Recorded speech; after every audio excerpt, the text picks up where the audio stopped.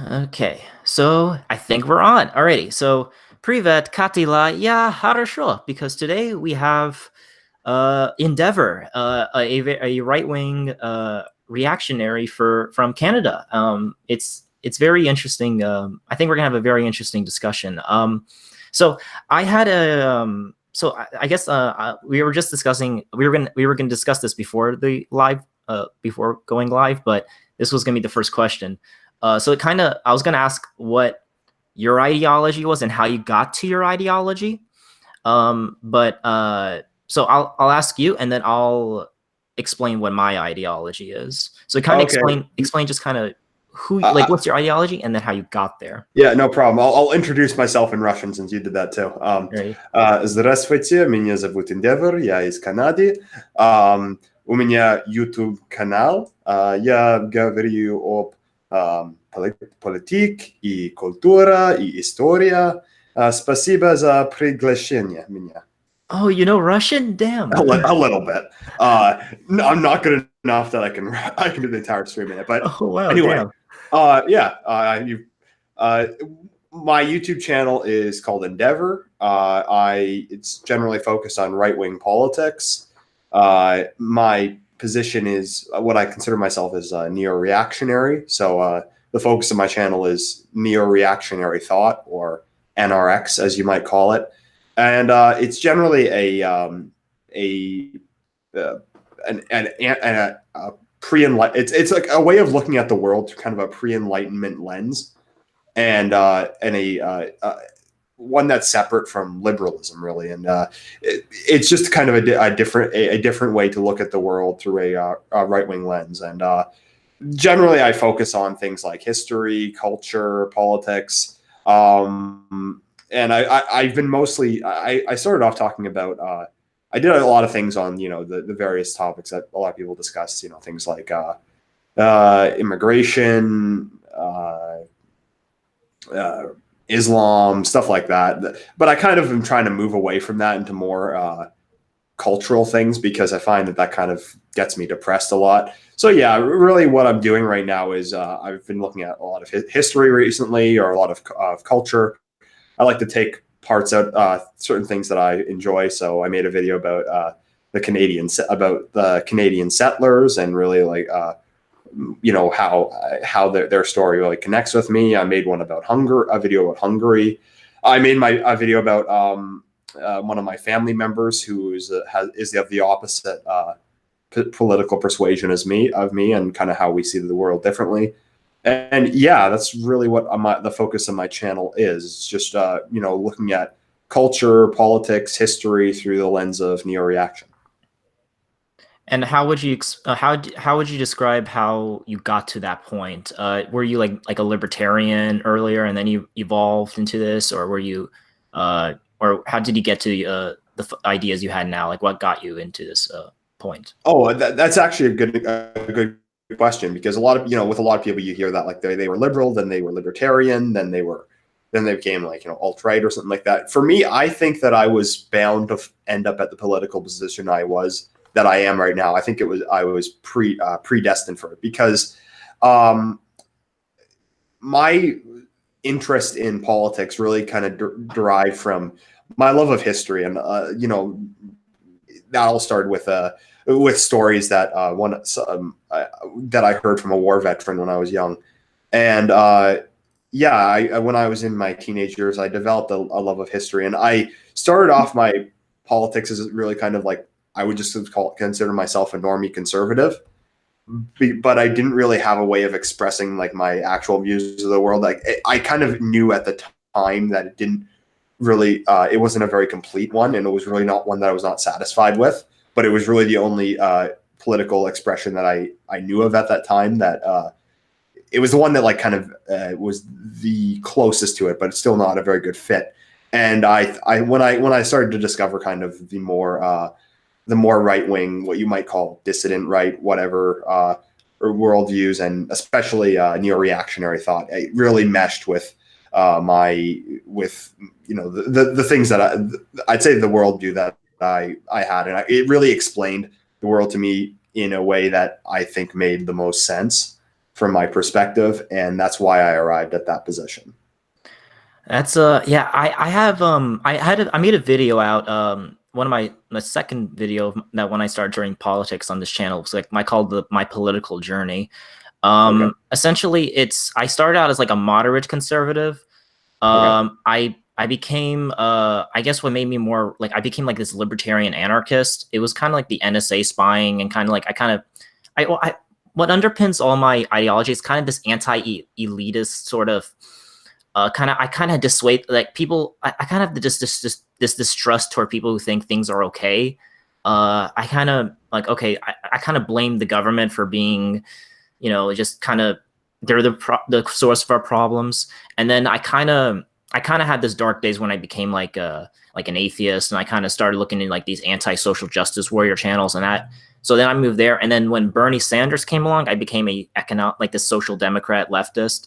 And then I became, and then for a while, I never really flirted with authoritarian leftism, but I flirted with like we'll become a one world government and we'll all hold hands and we'll see past our differences and, we'll collaborate and become like a Star Trek, gay space communism type thing, Yeah.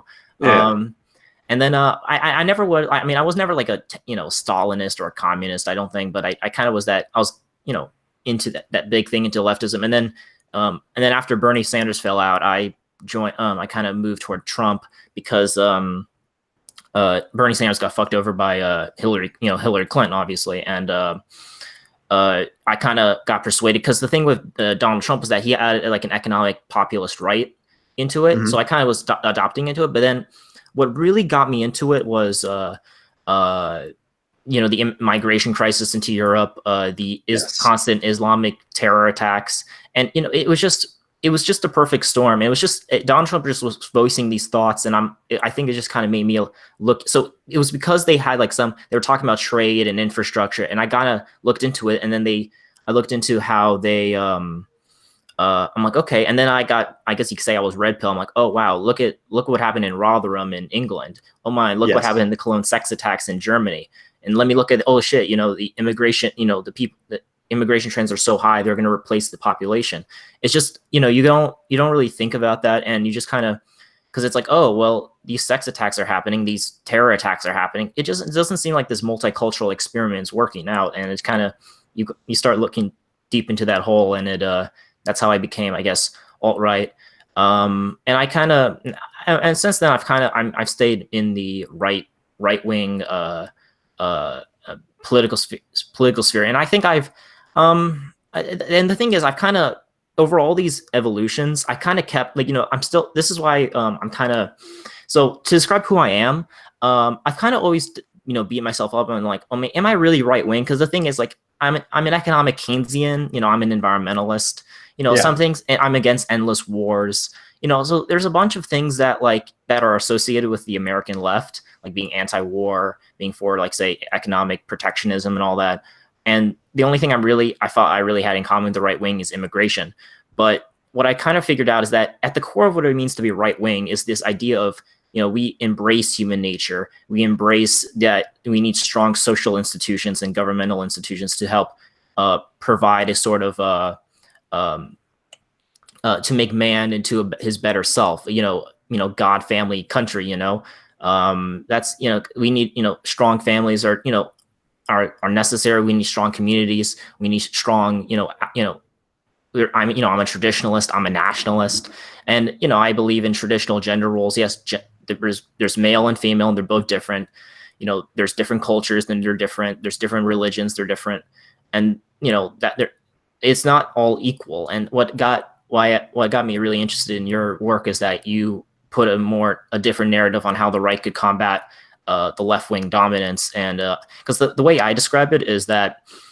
Conservatives and progressives take a step forward to their utopian goal. Conservatives simply stay put, but we don't have a reactionary, like a right-wing reaction to go back to our traditional goals. We always take, like, for example, progressives take a step forward with homosexual rights. The conservatives might not repeal it, but like, okay, we're just going to stay put. We're not going to advance transsexual rights. And then progressives want to take a step forward. So they always move forward very slowly toward their goal. We never go back to where we want to be. So fundamentally, I believe in human nature. We I believe in just we need a strong communal organizations and strong these institutions in place to help make how do you say it? Just it's not just like an individual kind of there's more to it. There's many strong morals and strong a sense of purpose and identity in our thing, and that's why. And as you said, I think it was inevitable. It might just be because of my past. Like, I was history was always my most favorite subject. I always got straight A's in school for that, and I always played like the Total War games, Civilization games. I was always into like playing with toy soldiers. I just really had this like fawning thing for the past, and I never really recognized it. Yeah, and a lot of people kind of have that same journey. That a lot of people will wonder, like, am I really right wing? I think that kind of the fundamental thing is this kind of belief in a belief in order and a belief in like a hierarchical, a belief in this that man is kind of an imperfect being and that he needs structure around him in order to make him a productive person, and that people have a striving for things like identity, like purpose, things like religion or nationalism and all that stuff. Like that's like a real striving that people have. And I think that the difference would be someone on the left would have a more egalitarian vision of the world and a more I don't want to say utopian, but their vision for the world is a lot more utopian. That they believe that human nature is fundamentally good, and that if you are able to structure the right society around it, you'll be able to change it. Really. Yeah, and more importantly, that it's like malleable, that you could just change human beings and becoming whatever you want it to be. That's why you just need the right you just need the right institutions around them. They just need the right education. Yeah, exactly. And I guess that's why I embrace this right wing labels guide. I just don't think they're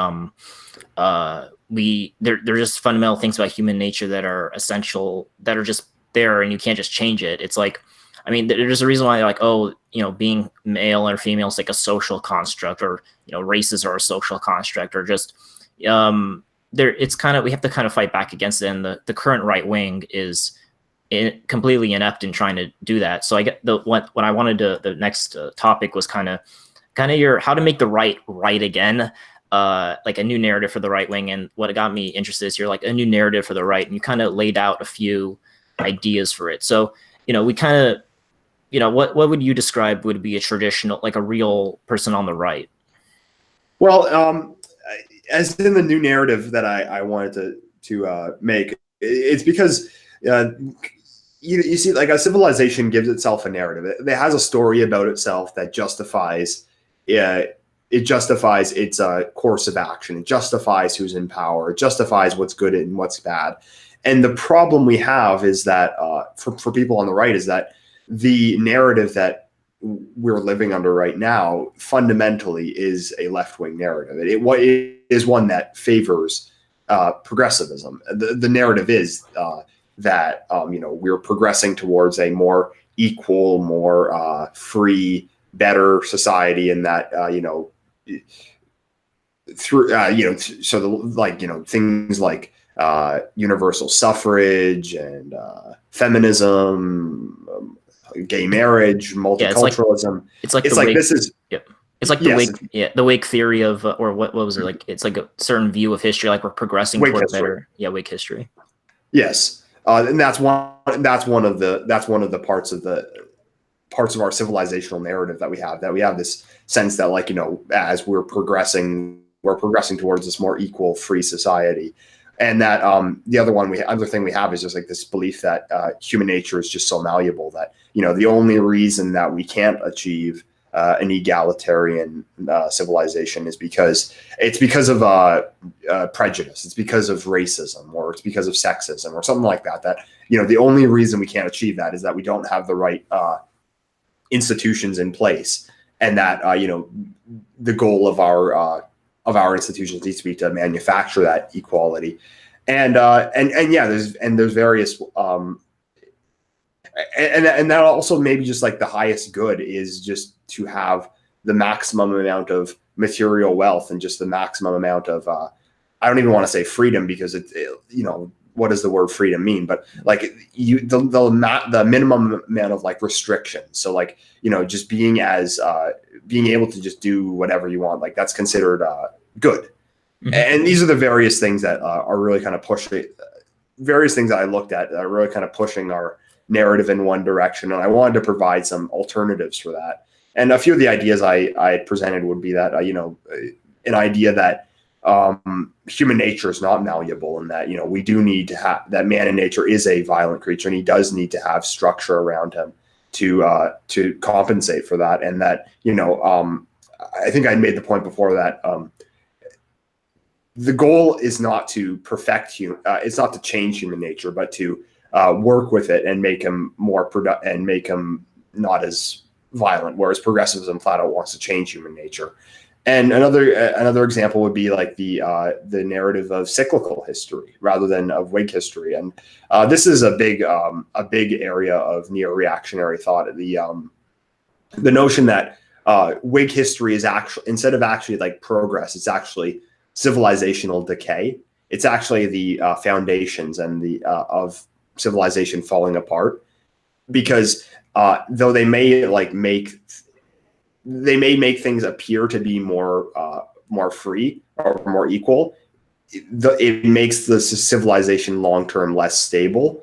I mean, an example of this could be like, you could say like feminism makes, men and women more equal, and therefore it's progress. We're progressing towards something better. But then, the reactionary view is that it's actually, the gender dynamic falling apart. It's actually, the roles that men and women are required to fulfill in order to maintain your civilization. It's actually that falling apart. And you can look at that through things like divorce rates, birth rates, overall just dissatisfaction with life, men being feminized and women being, I guess, masculinized. Yeah, I guess you could use the phrase. And the right-wing view of that is that it's really more of a civilizational decay rather than a progress towards something greater, towards something more free and equal. And yeah, that's what I tried to do with that series, was try to present an alternative vision that people on the right can look at the world and kind of answer a lot of the questions that they're given. Because one of the biggest problems is that for a long time, people on the right haven't been able to answer these questions. They haven't been able to present a vision as a real alternative to that of progressivism. It is just one that we're gonna like look at history and yell stop. So we're not gonna actually push for anything, rather than kind of just slow things down, like you had said. Yeah, and that's what I want to try to get at with that series. Yeah, that's it's kind of like what I was referring to earlier. And I actually really I know this came from a meme, but it's like I don't know, it's like, strong men create good times create bad times create, what was it? Bad times create strong men create good times create weak men create bad times. And it's just a cycle. Instead of everything going toward I was watching some of your debates or not debates, just like discussions with other YouTubers, and a big part that comes up a lot is the rise and fall of civilizations. And one thing I always make a comparison to with is like the Roman Empire, at least for the United States. Like, and we're this flagelling empire. The barbarians are at the gates, and our empire stretched thin. Our government's corrupt, and you could just see the parallels. We grew, and then we became this prosperous nation, and then we're losing what it means to that we're losing our sense of you kind of told, like, from Spain to like the Arabian Empire, you just kind of show that nations rise and fall, empires Yes. rise and fall. It's not just like we keep getting better and better, and I think it's just, I think it's just, and I think what's going to happen is that because of technology and just because of our decadence, we might be able to put this facade for longer. We might last a little longer, but the crash is going to be a lot worse, because we're so diluted by our material decadence that we don't see it coming until it's too late. And what was the other, and the other thing you were saying is about human the thing about human freedom. The thing is, for me, Like he said, what does freedom even mean? Like, are we really Exactly. free? You know, we're living in the most interconnected time in the history of our world. We have the most freedoms of all time. We have the most material positions, but yet, you know, are we really free when families are breaking apart, when we have the highest suicide rates, you know, the highest drug overdose rates? You know, we connect to anyone around the world, and yet we feel lost without a sense of purpose and identity. And it's a bit of a contradiction. Like, how can that be? You know, and Mhm. it's and we're losing this sort of you know, because, you know, for me, freedom means, I think what makes us even more free. I mean, freedom isn't like, oh, I get to take heroin, that's nice. No, that's not freedom. Freedom, I mean, for me, freedom is having a home you could call your own, a family you could, you know, be safe and, you know, a next generation of to push on your legacy, you know, having a community, be part of something greater than yourself. That's what it means. The uh, and, you know, having a nation to be proud of, and you're part of this grander project, because it's not just, we're not atomized individuals. We're a part of each other, and, you know, we're not just a human race. There's groups of people, and each ethnic group has a right to have their own homeland. You know, Denmark's for the Danes, Poland's for the Polish. You know, and it's just they have these right to have these lands for their own self governments and self determination, and it's something that makes them unique and equal, and in a weird way, even that's what makes the human race diverse in a way. And that's, you know, but the left wants us to become this mongrelized, you know, one world, you know, with no culture, and the only culture we have is, you know, the worshiping of Amazon products. And a little thing I was going to say earlier about the inter the rise and fall of empires is that as someone, just, you could just apply this to just your personal life. But so I was in United States Marine Corps boot camp for a little bit. I didn't pass it, but I'm now going to the Air Force boot camp. One thing I learned is that, well, a quote I made is, only through hell will we find heaven. And the purpose of that is that you have to suffer and you have to go through bad times in order to make the good times great again. You can't, if every day's a good day, then it's just a normal day. And it's kind of, you don't know what you have until you lose it. So I think, you know, it might have to be essential for the West to actually go through this sort of transformational, not this like us being put, because if we, you know, what doesn't kill you makes you stronger. So we have to push through this sort of tough times. And, you know, if we become, and that's what happens, if we become so strong, we make this greatness come about it. And then when we give it to our you know, our descendants, it eventually, and we give them this great civilization, and then they're like, oh well, we could just kind of lay our guard down, and then that's where we are now. So that's kind of what I want to say. Yeah, I think that for when you discuss the rise and fall of civilizations and great empires, I had a good discussion on my channel with On the Offensive. He has a great YouTube channel about the essay by Sir John Glubb called "The Fate of Empires." And for anyone that's interested in these topics, I highly recommend reading that essay. It's very short, but it's very insightful. And what he goes over is really how empires rise and how they fall, and that it's not really what, because there's the cliche that people always say is you know, every empire comes to an end, and that's true, but a lot of people don't really understand how it happens. And what he points to is that there's when a great power originates, it often starts out as you know, from an unexpected source. You know, for example, no one would have thought that a couple of English no one would have thought that a couple of English settlers in these small colonies in Massachusetts and Virginia would eventually create the greatest and most powerful nation to ever exist. But you know that he says that when it starts out, there's really a drive. There's really a sense among men that they're driving towards something great, and that and it's always the best men that they start off with. They're always these ambitious, hardworking guys. You know, like, you know, the guys that would have settled the West in America, or the guys who would have made the trek out to California, or just all these amazing feats that they achieved. And and throughout that time, there's always a sense that, you know, you're making yourself wealthy, yes, but you're doing it for something greater. There's a purpose that you're striving toward.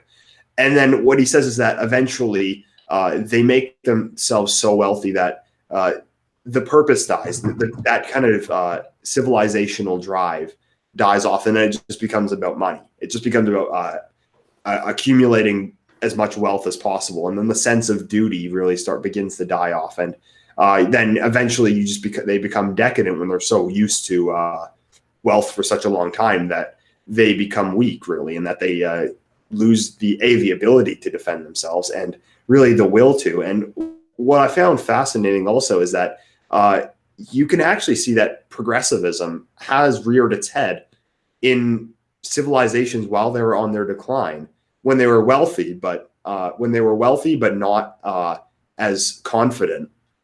Similar things have happened. Like, for example, the late Roman Empire. And my Roman history is not excellent, but they began to grant citizenship to basically everyone, Roman citizenship, which was originally, just something that was very exclusive. That was just given out to basically everyone that they had conquered, and they no longer had the conquered peoples did not have the same loyalty to Rome that a Roman would have centuries prior, and they really didn't have the will to keep it up.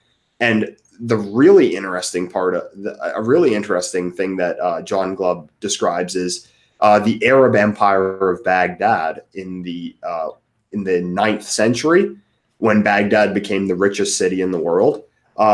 The parallels are really shocking to the present day. Like, for example, he points out that there was an influx of foreigners that, it was originally a city full of Arabs, but then eventually it became wealthy, and then Persians, Egyptians, Greeks, Turks, and so on all just started flooding into Baghdad. And he talks about that women began to occupy positions traditionally held by men. So like it even became kind of it even became feminist in a way. And he also points out that they had these singers who would play these erotic, sexually charged dance numbers on this instrument, and that there was a lax in sexual mores, and that there was a decline in religion. And it really is a lot like what we've seen happen in the West in the last 50 years. And this was under Islam. So, I really think that kind of progressivism, and really what we're seeing today, things like, I don't know, LGBT, intersectional feminism, critical race theory, all this stuff. It's really that civilizational, civilizational decline, and really the falling apart of civilization that we've seen in great powers that fell. It's really reemerging in a modern context, and it's really quite shocking when you look at it. And for me, this is what just smashes the Whig view of history, because all these empires had a sense at one point that they had made it, that they had made it, and that they'll now spread their fortunes across the world. So nothing can ever happen to them because we're wealthy now, and eventually, and it just causes it to decline for many reasons, and a lot of that has to do with just people not losing that sense of duty that they had toward the empire that made it great to begin with. Yeah. So what you're telling me is that it wasn't the black transsexuals that made America great. Yeah, surprisingly. I mean, that's what they tell us today, though. Yeah, but yeah, and I mean, the thing with one thing what people have to realize is at least what I realize in the right wing, what we need to understand is that what we're trying to push is a giant cultural shift. A lot of people tend to think it's an international cabal of bankers and cultural Marxists that are ruining, and if we just get rid of them, everything will be fine. And for me, it's gonna be a lot harder than that. It's the people who are pushing. I mean, if you want to say that there are groups of people who are trying to push ideologies onto the Western world, we have to understand is that it took time. They didn't just quickly do it. It had to be there had to be a lot of events that had to occur, and there had to be a lot of they had to slowly creep upon it. It was a decades long process. It'd been going on for maybe even a century, you could say. So you have this is a long-term project. You can't just, so it has to accompany this giant shift. And a lot of people who watch say left-wing YouTubers, if they're watching this discussion, they're not going to be transformed immediately. You have to give them the seed to kind of break through, because they've been throughout their entire lives, in the media and the educational system, they've been brainwashed into this left-wing worldview. And that's why it's essential for people like you to bring up a new narrative to combat this idea. And it has to accompany it with a giant shift in thinking. And as he said in the beginning of his live stream, it's like we have to get back to the roots of what makes our civilization, and there's more to that. The purpose of civilization is to preserve, first of all, it's for the survival of the people. So individuals, they come together and they create groups, and they survive, and they're trying to preserve what makes these groups different and unique, and that's what the purpose of nations. And preserving for Poland, for example, would be a Polish language, a Polish identity with Polish people. And yes, there might be some national minorities that have been there or are a bit small, but that's not like it's not like, oh, it's a multicultural paradise. It's like 98% Polish or what. There's maybe some Germans on the west side, maybe some Russians or whatever. But that's what needs to accompany is this giant cultural shift, and it's going to take a long time. So that's what it's a long-term process to deconvert people. And I guess the next topic that I wanted to move on to is you were kind of needing moving toward it. And the thing with what makes the next topic, what I wanted to say is like we need like a new type of economy, and you were kind of mentioning it, kind of like we got everything's about money, the materialism. And I think if I remember correctly, one thing that you mentioned as part of this narrative that we have is that everything's about money. What makes the GDP grow? And one thing I found interesting so there's this Democratic candidate running for president. His name is Andrew Yang, and he wants to reorient. He calls it human-centered capitalism. So instead of measuring GDP, it measures like human qualities. Happiness and family stability and the environmental and healthy and all that.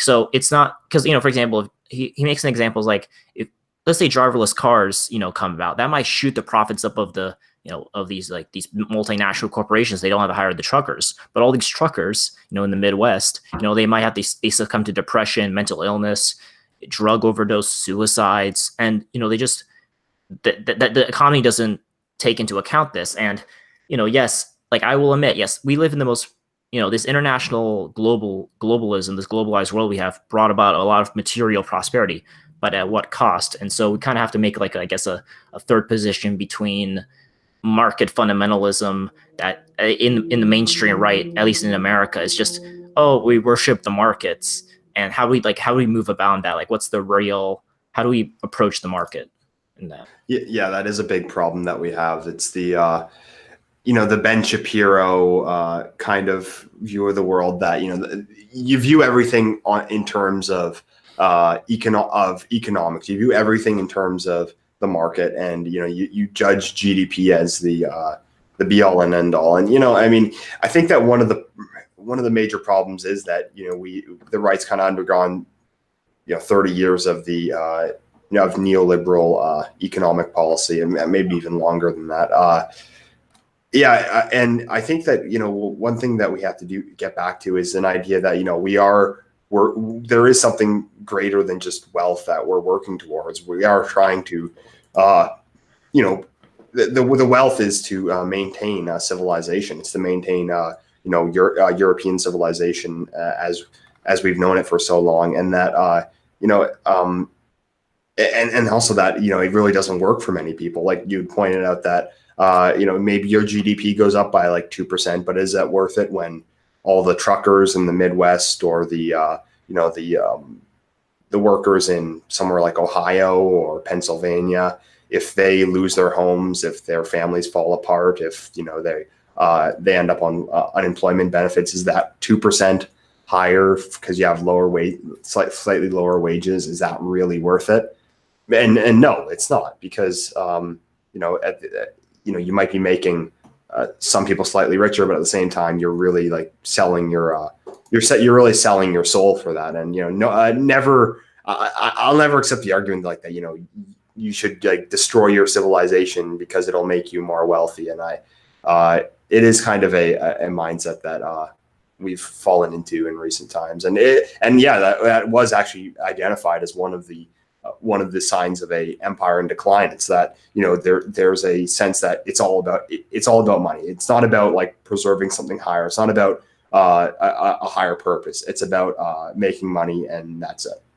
Yeah, and there's a good quote from Arnold Schwarzenegger. He's like, I'm not as, I last year I had $50 million. This year I have $52 million, but I'm not as happy as I'm not more happy because I have $2 million. And because the thing is, money isn't happy. It does not equate to. There's some people. There's I mean, I don't want to go all Buddhist on this, but I think it's Buddhism, but it's like the attachment to like wanting material, like, oh, I need a computer, I need the newest phone, I need this and that. It's kind of like you have to make do with what you have, and it's kind of like uh this materialism of like we need all these because it's like are you because there's people in the world who have a lot who live in almost in poverty, but yet they seem to have because if you but they yet they have like a family they could take they have a they could be with, and they have like a sense of purpose and all that, and it's what's infinitely and there was a tweet from this called the Duke on Twitter. He's like and he said things infinitely more important than money, profit, and the GDP. Family values, religious and moral values, community, tradition, national identity, sense of belonging, safe neighborhoods, health and fitness, nature and the environment. It's just all these things. There's more like okay, let's say you're not able to purchase the latest gadget or widget, like but I mean, but in return, let's say that it's a bit expensive because we put manufacturing back in our homeland. And I think the one thing about this international globalization is that it's a threat to national sovereignty itself, because what if say China just stops shipping stuff to us? Like what if we can't grow our own food, or we can't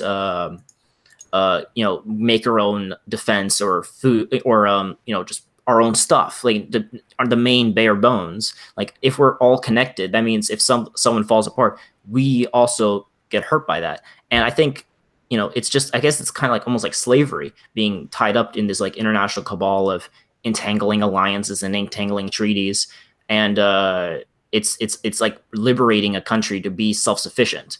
And that's why nations should be self-sufficient. They should be able to grow their own food, make their own manufacturing and health and everything.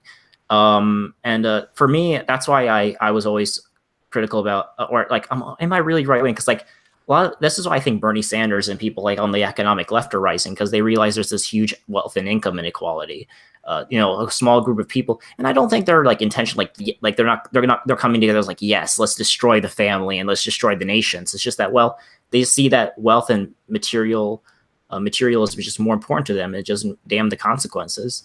And it's just I don't think it's malevolent on their part. It's just that they're just getting richer off the backs of all of us, and that's why economic leftism is rising. But I think a counter to that is an economic right, because like even if it doesn't if the way you make strong, like a strong safety net, a strong welfare state or whatever, is a strong sense of identity and purpose. That was what we were doing earlier. We were mentioning how, because there was a study, I forgot who made it, but it was from a Harvard guy. It was like this 10-year long study. He studied the effects of diversity on neighborhoods and communities, and they realized the more diverse it gets, the more it becomes more like people are less trusting. They vote less. They put in charity less. Robert Putnam. Yeah, Robert Putnam. Yeah, and he was like, I'm this left wing guy. I wanted this to prove that diversity works, but it just does not come from my research. And so in order for these main having healthcare for everyone, for giving homes for everyone, the only way to do that is people having a shared sense of identity and having a stake in this grander project. And that's why, like, hey, maybe I will pay a little bit more in taxes if that means, if that means because I have my extended family is the nation, and I want to help my family, because I think that's the fundamental flaw of economic leftism, is that they want that, but they if we live in a multicultural, multi-ethnic society and everyone's at each other's throats and everyone wants their own interest groups, no one's going to be willing to pay more taxes to give to a greater cause, because they don't feel connected to this greater cause. Yeah, exactly. Yes, definitely. And I think that if you're aware of the YouTuber Morgoth from Morgoth's Review, do you know who that is? Sadly, I do not. I need to look him up. Oh, he's a great YouTuber. He's a friend of mine. I had him on my channel back in January. He wrote a great article because he writes a blog and he has a channel about about the amount of chicken that the world consumes, and that the way that people like Steven Pinker view the world is that they view their worldview can be boiled down to how much chicken do people eat, and that goodness is measured by how much more chicken the world is able to consume. So if people in America are able to consume slightly less chicken, but people in Cambodia are able to consume more to a greater proportion, then that's progress because they can eat more chicken now. And the point he was trying to make with that article, it was really good. He made a video of him reading it out. Was that this kind of view of the world it is just soulless. It's just lifeless to just view it entirely by the material. And that what he had said, what the conclusion he came to is that if that was all there was to humanity, then it wouldn't be worth the 60 billion chickens that they eat every year. And that you do need to have something else that people can strive towards. And then not only that, but you have to remember that a lot of times materially we aren't really getting better. And because I'm like, for example, I guess you could say I'm a millennial or Gen Zer. I'm 24. My generation is not nearly as wealthy as my parents' generation, and it's going to be very difficult to. Yeah, they actually did. Sorry, they actually did a study on this, actually saying that the I think the millennial generation and the Generation Z generation is going to be a lot. Actually, they proved that it would be less well off than their parents' generation. It's the first time I think in American history. Oh yeah, and not only that, but I think they even said they'll have a shorter. They're expected to live have a shorter lifespan, which is incredible, considering how we've been told by all these liberal globalist politicians and thinkers for the last that we've been told for the last how long, 50, 60 years or so, that we're just progressing towards this great society, we're getting better, humanity's going forward, and when you listen to someone like Richard Dawkins or Steven Pinker, they have this view of the world that we just need to use science and reason and logic, and we'll just figure it all out. And then it's just not turning out that the way that they said it would.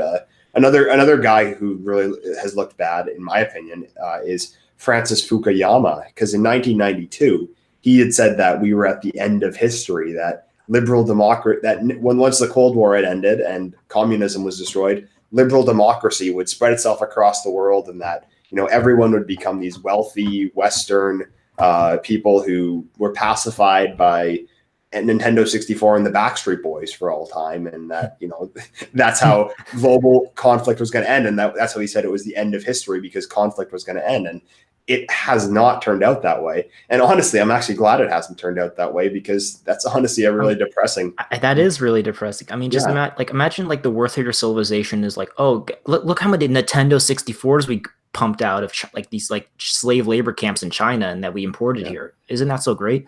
And it's also what you were mentioning is like, at the end of the day, when you're at your deathbed, I mean, are you going to think about, oh, look at all these parties I had, look at all these drugs I took, I had so much just meaningless sex all day, and I mean, that's things will come and go, but this moment just living in the now is just we need to end that. And wait, one thing I oriented myself, I was kind of making my own party. It's a bit of a I know it's kind of self-indulging, but I kind of a purpose. The two things I put like as a what was it? It's like a policy, not like a principles. Okay. Two principles I had is future oriented and what was it, like past oriented as well, because you have to there was a good quote. It's like a people without a knowledge of their culture or heritage is like a tree without its roots. It will wither and die. And the future oriented is because if you just live, once you know where you came from, that the generation before you is handing you a baton to make the country great. It's not for you to just settle like, oh well, it's even they ran so much, they ran a few miles, now they're giving it to me, and now I'm just gonna sit by and be idle because they made this country, they made it great. I'm just gonna sit around. No, it's now our purpose to, and then our purpose is to run and give our baton to the next generation, a nation they could recognize, a nation they could take pride in, and that's this and when you're at on your deathbed, when you're thinking about, oh, at the end of the day, it's not going to be the amount of parties you went to, the amount of new drugs you took, or it's the people in your lives, the people, the family, the duties you've done, the works you've done, the things that give purpose and meaning, and it's this intentional, just, it's not the amount of like, oh, I have 5 houses and I have so much money. It's that it's there's more to it. There's a soul to it, and I'm not this doesn't even have to be a religious thing. It's just we have to recognize there's more to human endeavor than just sort of just the material. Like good, happiness and meaning and identity. Like people say, oh, that's just your biological, there's no biological purpose to that. Like where's the concrete example? It's like, well, sometimes you don't need that. It's on my 8 values test, it was like we need to question all our traditions. It's like, well, not really. Like, for example, Christmas, like, why should I question that? Like, oh, it's like, who cares? It's like, sometimes you just, and I think that's the thing with leftism, is that they want to question, they want to tear down everything from our past, either because it's outdated, or they think it's some sort of oppressive system or whatever. But I think to us, it's we kind of want to preserve what got us here, and we want to look forward to continuing this prosperity into the future. Yeah, and one of my big problems with not only with leftism but really with like liberalism in general is that it can't really even conceptualize a lot of that. Kind of like you had said that no one at the end of their life thinks no one's last regret was that they didn't get the newest iPhone. A few examples you can use is that someone like, say, like, if you want to use in the context of the United States, George Washington, he died in 1799, I believe. His vision when he was helping to create the country, his vision was not let me just create. I want to create a country that I can live in for the last 20 years of my life. It was something that was supposed to live far beyond him. And I often say the same thing about the Fathers of Confederation here in Canada. Their vision was not that they would create a country that would just be a nice place for them to live for the last 20 years of their life. Their vision was that there would be a Anglo European country under the British Crown in North America for all time. That was their vision, and it was something that they believed they could pass on to their descendants, really. And I'll also add that just the things that you do value, that feeling of belonging that I get, in a small town in northern Ontario that I visit, and I really feel that, like, somewhere that I belong. There's people like me, and that my family has roots there. I'm not actually from there. I'm actually from Toronto, but when I visit a place that's a lot more Canadian, I do feel a lot more at home, and like that feeling of kind of security, that feeling of belonging. That's something that you can't really even justify through the liberal worldview, because it tells you that doesn't exist, and that really the policies that are being pursued is that needs to be sold off so that we can raise the GDP by 2%. That they're not, that we need to have replacement migration, that we need to pave over that, because it's just not valuable according to the zeitgeist that's really leading us right now. And I think that is one of the big problems we have, is that people these days can't even conceptualize a lot of things that are abstract. They can't really even conceptualize the value of something like religion beyond the material. Like a lot of time, one mistake I think a lot of Christians make is that, and I don't know if you're religious or not, it doesn't really matter, but a lot of Christians, we make the mistake that we have to justify it through the amount of money that we give to charity, and what are the material things we do. And I mean, of course those matter, but at the same time, you have to understand that like there's so much more to it, Yeah. and it just goes way beyond that, and it's something people can't even justify these days. Yeah, it's for I mean yeah, I mean for me for religion, a lot of people are trying to like justify, like I'm not religious, but for what a lot of people are like, oh well, let me tell you about the scientific way how God exists. Like that's not the purpose. The purpose of, at least in the Christian, because that's what I grew up in, is the faith. You know, having faith in a worldview, faith in a in Jesus Christ. That's kind of the purpose of religion. It's not, you're not supposed to justify it through a scientific material thing. It's supposed to be a faith-based thing. It's Mhm. and that's the purpose of it. You can't just like, well, let me tell you how scientifically, or this is how why religion's good. And one thing also that in our right is that religion also matters. Like I might not be personally a Christian, but what I call myself is like a cultural Christian, because what I understand is that Christianity is one of the fundamental underpinnings of Western civilization, and you need some sort of like a higher purpose and higher ideals that people can strive to, and Christianity does have that put that thing in place that makes them that makes people live better lives, and that's kind of what our purpose as right wing people is trying to give social institutions, give people purpose and meaning. And one thing I think, and to piggyback off of what you were saying is, I grew up in Northern Virginia, and I live in a sort of this colonized, it's like I think demographically it's like only like 50% white or something like that. But like the school I went to was like obvious because the younger generations are more ethnically diverse, so it was like 40% white. And then I moved to New Mexico in Las Cruces, and it was like and then I was like a minority. I was like 80% Hispanic and then 20% white or something like that. So like I never really had like a place where I could just kind of, I felt like I was part of, like, where I could just see like something that I could grasp on, like a place where I could feel at home. And I think that's the thing, that's why people have this lost sense of meaning and identity, because they just don't have something to grasp onto. They don't have duties. They don't have sort of things higher than themselves. They just think of the here and now. What will get, let me just get high, and let me, it's just it's kind of clouds this think they're thinking a lot.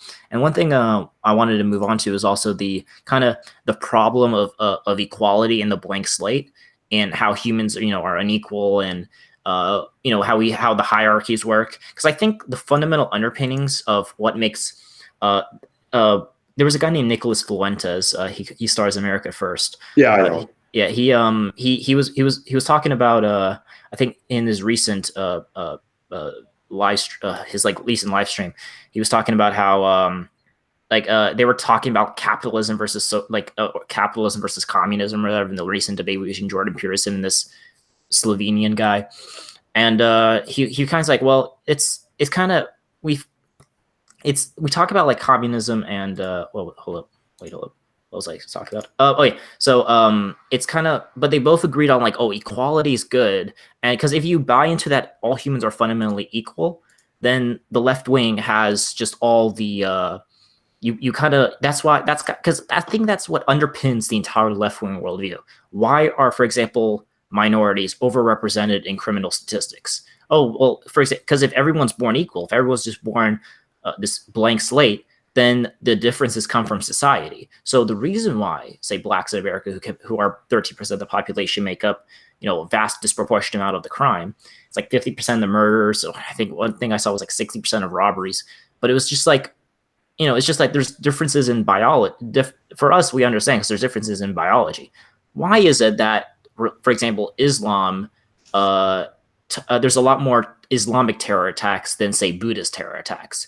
Could it be that the ideology, there's fundamental underpinnings of ideology that cause them to, like, the reason why Islam spread is because it was a conquest ideology. It was supposed to spread through conquest. That's why it spread so fast.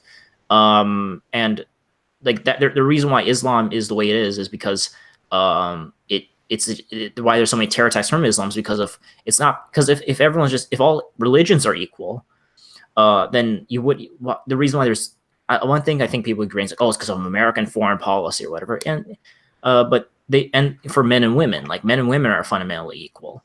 What I mean, like, one thing I'd like to go, because that kind of just trashes this worldview, is that the reason why there's not a lot of women in, say, the infantry in like say in the military is not because we don't give them toy soldiers when they're growing up. It's because of fundamental like it's because it's because of fundamental biological reasons, and we understand that's why we embrace it. Yes, there's different ethnic groups, and they all have a right to have their own countries. Yes, men and women are different, and we need to push policy that like that men, some things are women are better at, some things are men are different better on, and they have to like they're kind of compatible with each other. That's kind of what nature made us, and and everything else. So I just want to like how do we combat this? Like how do we combat this like blank slate ideology, just this equality dogma that we have?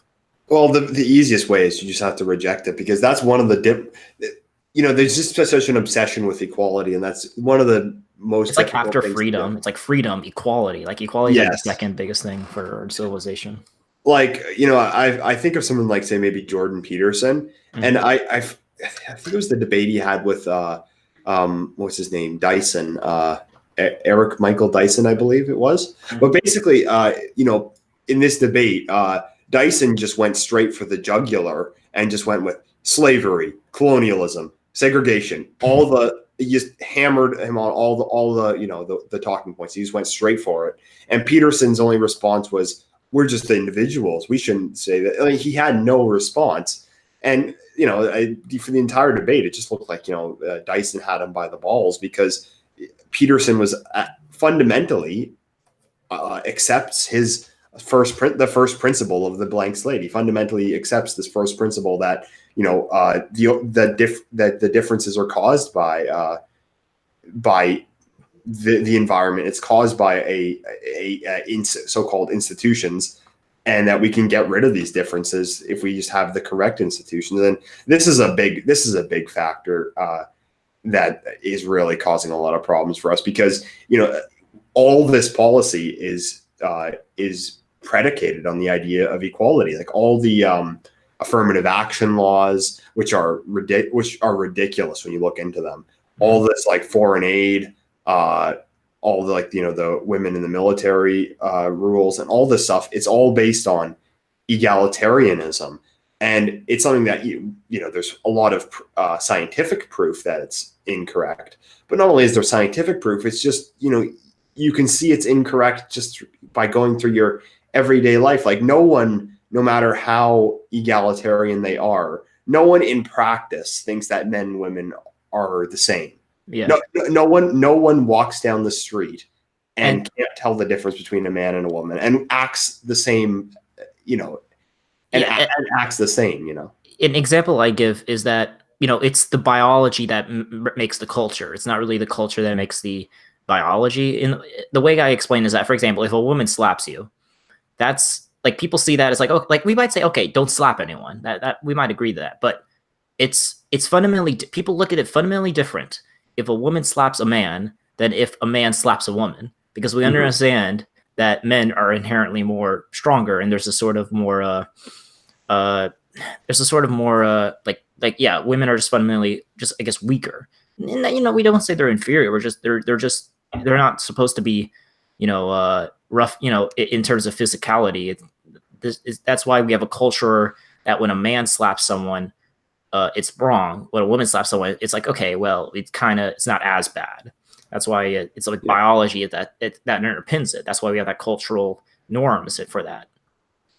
Yeah, and how do you counter the narrative? I think you just have to. Well, first of all, when you engage with it, you have to be bold enough to actually question the entire concept of equality. Because the biggest problem with mainstream people on the right is that they're not bold enough to actually question that one. That like you had said, someone like Jordan Peterson fundamentally does believe in the blank slate. And that kind of makes his any ability he has to counter the left fall apart, because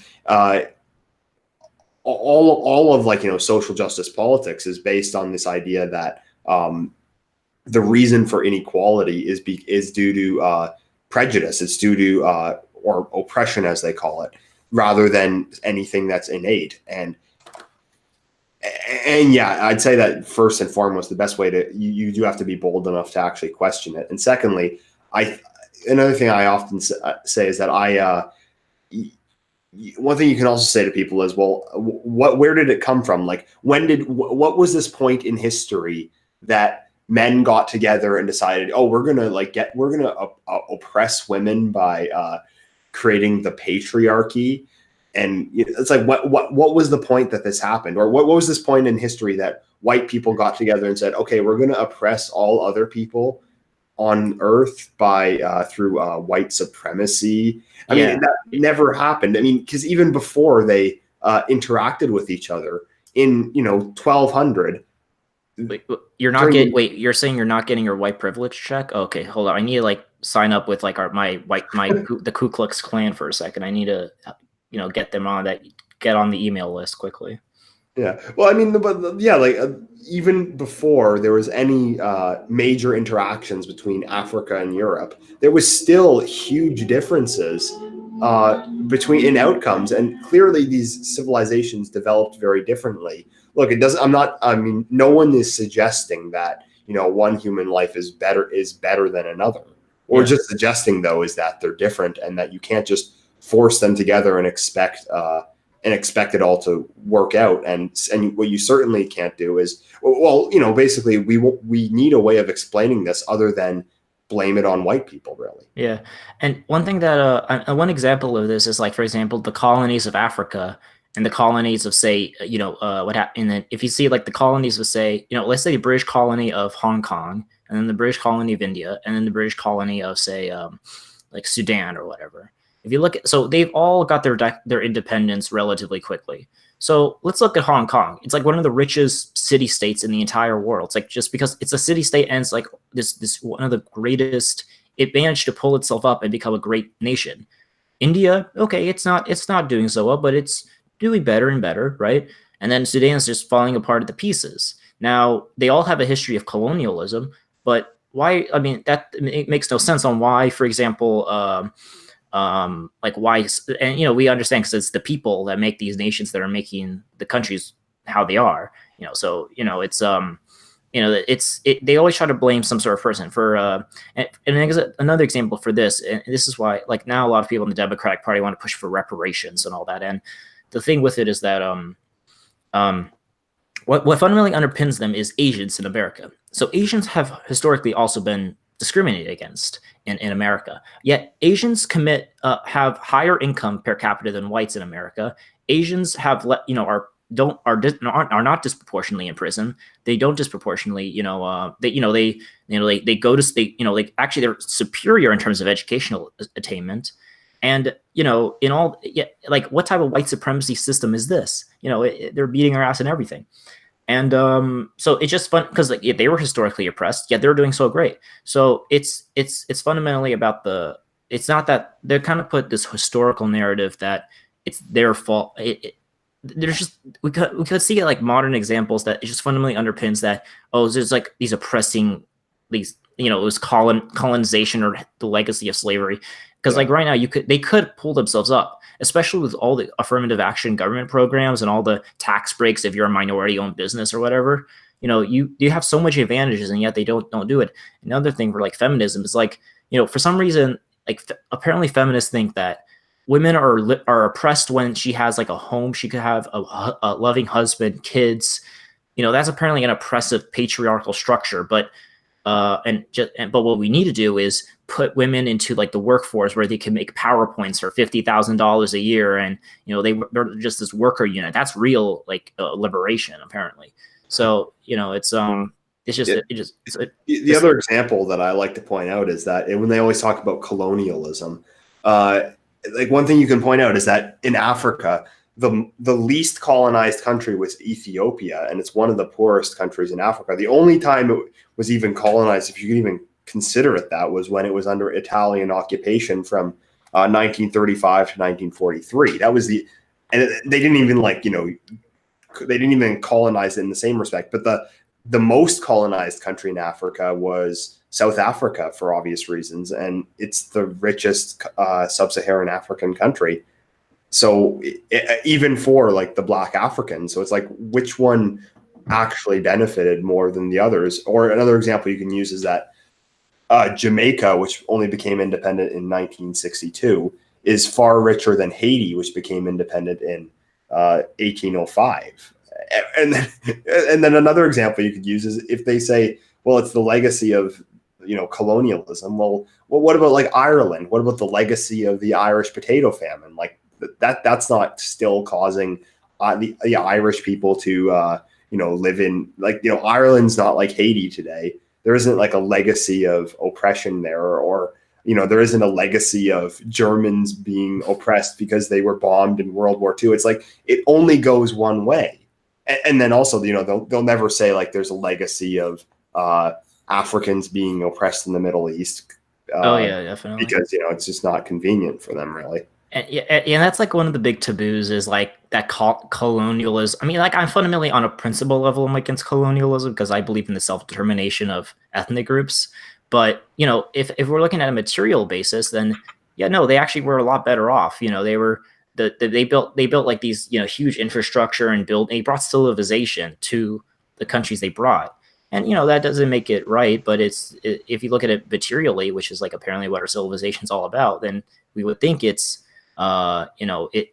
And a lot of the thing with the left wing is that they're like, oh, we're for like a free Kurdistan and a free Palestine, and it's like these are fundamentally ethnic nationalist ideas, and they just don't see the hypocrisy. It's like, so if a Kurd wants a Kurdistan free from like the Arabs and the Turks, that's bold and that's normal. But if a British person wants England to not look like fucking Pakistan, that's apparently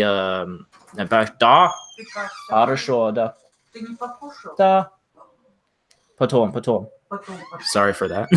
And then one example of this is just like a little piggyback off what you said. It's like one thing they try to guilt trip us on in America is that, oh, you guys genocided all the American Indians. And the thing is that 90% of them died from smallpox, like not smallpox, just like disease. And they're like, oh, that's still your fault. And here's the thing: like, no one's blaming the Asians for bringing the Black Death to Europe and killing 1/3 of all of Europe's population.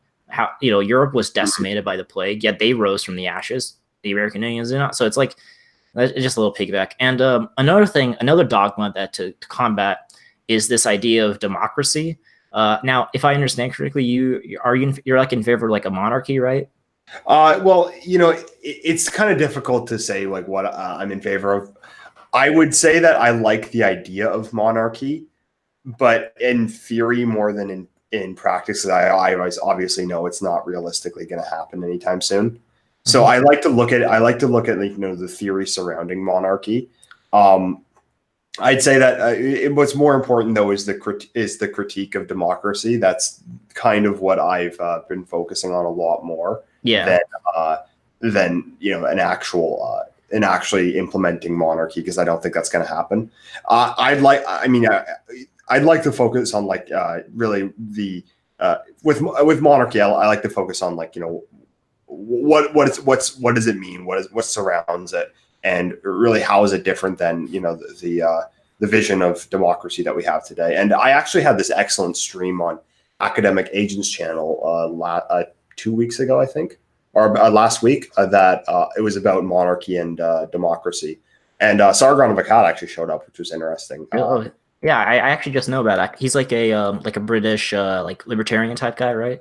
Yeah, he has a huge channel. Like he has almost 1 million subscribers. Yeah, we had a interesting discussion, and my critiques of democracy are plenty. There's the critiques in theory, then also in practice. It's that for me, there's no skin in the game, in that the leaders that we elect don't have any they have nothing really to lose. Their goal is to get elected, make themselves wealthy, and be in office for 4 years. And if they screw up, then results be damned. They don't have to deal with it. That's one of my biggest critiques of it. Then there's also the problem of them abusing the system, and that like things like mass immigration is being used as a tool to elect left-wing politicians. They know that by flooding their countries,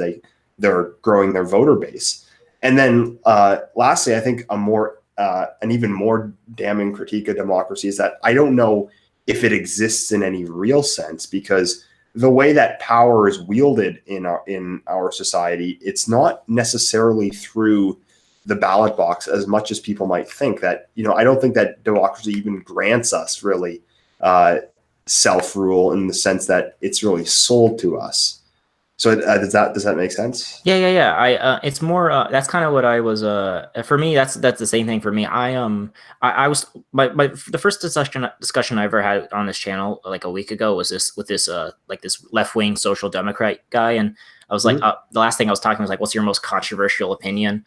For me, I said, I said my second most, whereas controversial opinion, I said the fetishization of democracy, that everything has to be democratic. Like, let's put everything to a vote. It's like sometimes what we need is, people who are more like, not everything has to be in, like democracy. Like, as someone who was, for example, in boot camp for a little bit, I like, there was a hierarchy, and sometimes you just follow orders. And now for me, it's kind of, we have to have a mix. Like, not everything has to be democracy, but even if you live in like a monarchy, if you're a monarch or a totalitarian, even dictator or whatever, you always have to gouge the will of the people a little bit, because if you don't, then you eventually get like revolutions, and you have to always keep the populace kind of and it's a good way to understand, like, kind of see what they're feeling. But the thing is that not every, like, the quote, I know it's a used quote, but it was like, the best argument against democracy is a 5-minute conversation with the average voter.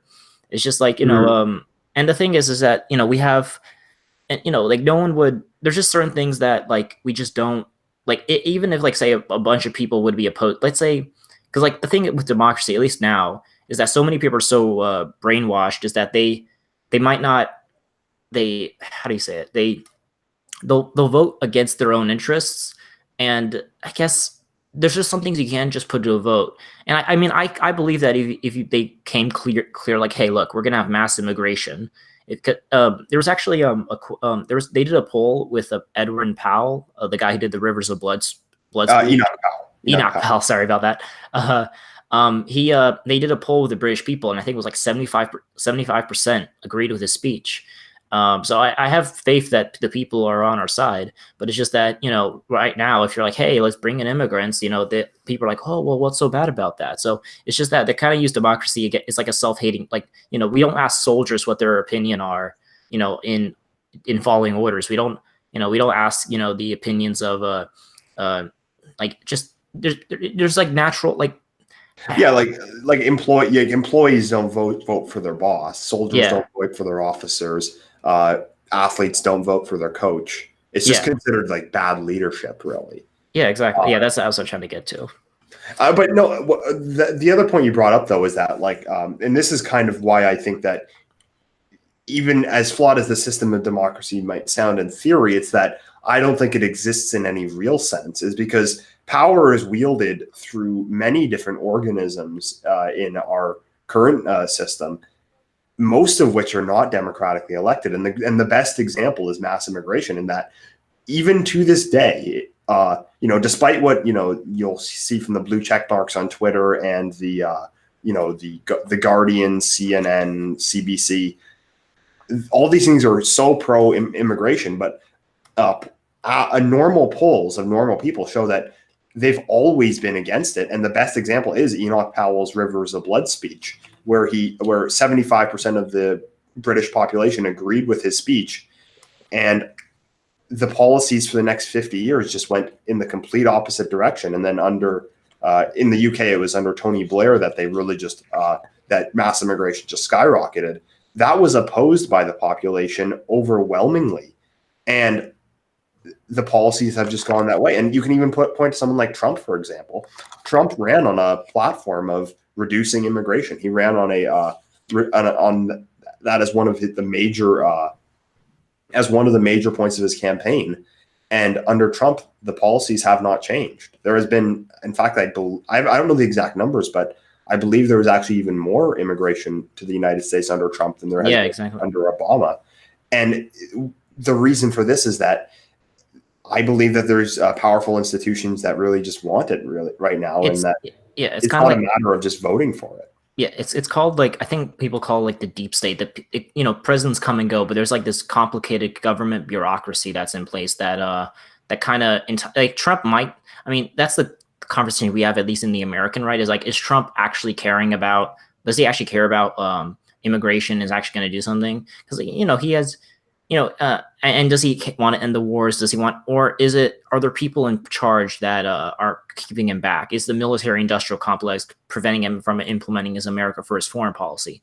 Are there just people in place in the government, in the Justice Department, that are holding back, trying to implement like immigration restrictions? And for me, I think Trump has the right ideas. It's just there's so much. I guess he just doesn't have, I guess, the will, or just doesn't understand the full magnitude of the situation. Maybe he just deluding himself into thinking he actually is restricting immigration. I don't know, but it's that there's a. I also had a discussion with the guy aforementioned about Tulsi Gabbard. She's a very anti-war left wing person, and we were saying like, if North Korea invaded South Korea, would she send troops to help them?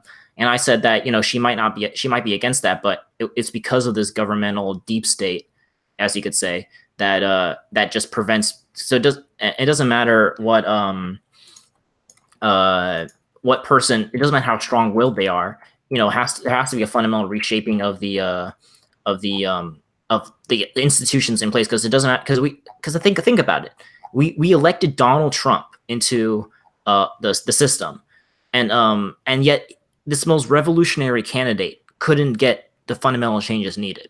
So it's gonna, I guess that's a black pill, or whatever. But it's just Nicholas Fluentus made a tweet about this. He said, he's like, should probably disturb everyone that even with Donald Trump as the president of America, the status quo has still prevailed. It took all of 2 years to completely assimilate his explosive election and all its consequences back into business as usual. So I think that's, I guess, even if we do elect people, even if we have the will of the people, we still are thwarted by these undemocratic people who are there all the time. Yeah, so, I didn't see the tweet because Nick Fuentes blocked me. But oh, really? What? Yeah, I don't know why he did, but anyway, but no, it is correct though that there is there's something that the reactionary author Mencius Moldbug refers to as the cathedral. And what that is the consensus. It's the civilizational consensus that kind of like that. So that the narrative that we were discussing earlier, it's that it's the consensus amongst the intelligentsia, this being the education system, the media, corporations, and so forth, that that their opinion and their ability to apply pressure on positions of power and their ability to manipulate the population, that wields so much more power than electing a politician would. Because I mean, when you think of it, you can't vote out the education system. You can't vote out these Marxist professors. You can't vote out CNN. You can't vote out all the heads of businesses who are lobbying the government to do one thing or the other. And yes, it might be a bit of a black pill, but at the same time, I don't have much faith. I don't have much faith in being able to change it, to make much change through democracy for that reason. But people need to understand that one of the things with democracy is that it does not really exist in the way that you think it does. So it does not give the people the ability to decide the direction of their civilization, because there's all these other positions of power in place that they can't decide, and B, even if they do vote for it, then if people in power decide something different, then they'll take you in a different direction, just like we've seen with immigration, wars, all these different things that the populace has opposed, but we've been taken in a different direction though. Yeah, and I think that's just a fundamental critique of democracy, is that people think they're making their own their own unique and interesting perspective, and now I'm actually changing the world with my vote. And that's especially the case if you're voting if it was like Mitt Romney versus Barack Obama in 2012 or whatever. Like, you were just there's like, sometimes you get like a Donald Trump where he tries to push an agenda that's radical and it's going to change, and but nothing actually happens. And the thing with it's just like you're actually getting the media has put you like a lot of people don't realize is that the media has changed how you thought. Your educational system has taught you what to think. People think they're like these critical free thinkers making these advanced unique choices, and yet the thing with democracy, at least the critique for our save our civilization, is that it's kind of cut. We have these unelected these institutions in place that have been compromised, that are just pushing the narrative, and that's why we have a left wing narrative, and that's why when people vote and they have all these narrative, from the media, from education, from everywhere, that they just they vote not they think they're free, but they're actually not. They've actually been told what to think and what to vote for. And yeah, and like for example, I don't know. Do you know who the skeptic community were? yeah, I was part of. I mean, I thought I considered myself part of it. Now, like a few. Well, yeah. One thing that always drove me crazy was that they called themselves free thinkers, like that they come up with their own view of the world, and that they're completely free because they don't listen to religion telling them what to do. But the vision for the world they come up with is they're liberals. They're living in a liberal democracy with a liberal constitution, with a progressive education, a liberal media, and then they come up with the idea that progressivism is good. Oh wow! What a free thinker you are! It's they think they stop believing in God, and they're like, oh, I'm now a critical thinker. I'm not into religion anymore. I actually question everything about everything, and it's just like. And then they come to the exact conclusion that the education system gave them. And it's like they're not free thinkers; they're NPCs, because they're and I don't want to act like holier than thou, because in many ways a lot of my ideas are stolen from other people. I mean, like everything we discussed, it's not really anything. I mean, the thing with me is that I understand, like, I'm not making these, like, I'm not this enlightened Buddha or whatever. I'm not like, let me entice you with all this knowledge. I'm just, it's just, you look at the world and you have to just at the very least bypass what you've been told and just look at the problems that are fundamentally underpinning our society. And, you can't just, some people are just like, oh yeah, liberalism is great. That's why there's a left-wing culture domination. That's why I brought you on, is to have this another narrative. You have to tell people to slowly get off it. And that's why I think the left-wing people, I think, caught on to this. You have to kind of, you could say, I'm going to use some language here, but to deconvert people from the left-wing ideology, you have to slowly do it. And what they call it is like I guess like the tube or something. It's like you start with like Sargon of Akkad, or someone who like says anti-social justice warrior stuff, but it's fundamentally still like a left-wing person, right? Not Sargon of Akkad, but Sargon of Akkad has come a long way. He is a right-winger now. Maybe someone like TJ Kirk. TJ Kirk. Yeah, exactly. Like TJ Kirk, you might that's like where you would start, or just like someone like that. And someone who's left wing, you might be like a left wing, just social, like, oh yes, I want to help the black people, I want to do that, and then you just kind of, you're like, oh well, let me, and then you just kind of slowly, and then you go to Sargon of Akkad, these classical liberal types, and then you go into like maybe the from there, it's kind of like you have to you go into like kind of like right-wing populism, kind of like Paul Joseph Watson type stuff. You talk about mass immigration and all that, and then.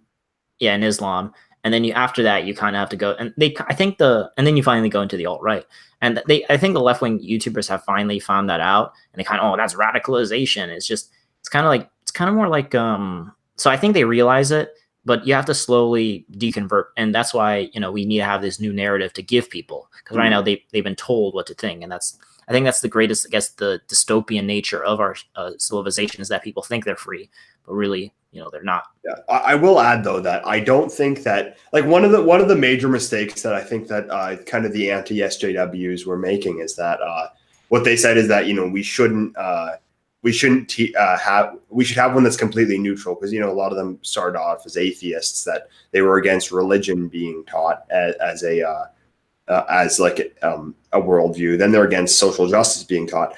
I don't think that it's a mistake to think that you can just have a completely neutral one, that you can have it in a complete vacuum, a completely unbiased one. That's not going to happen.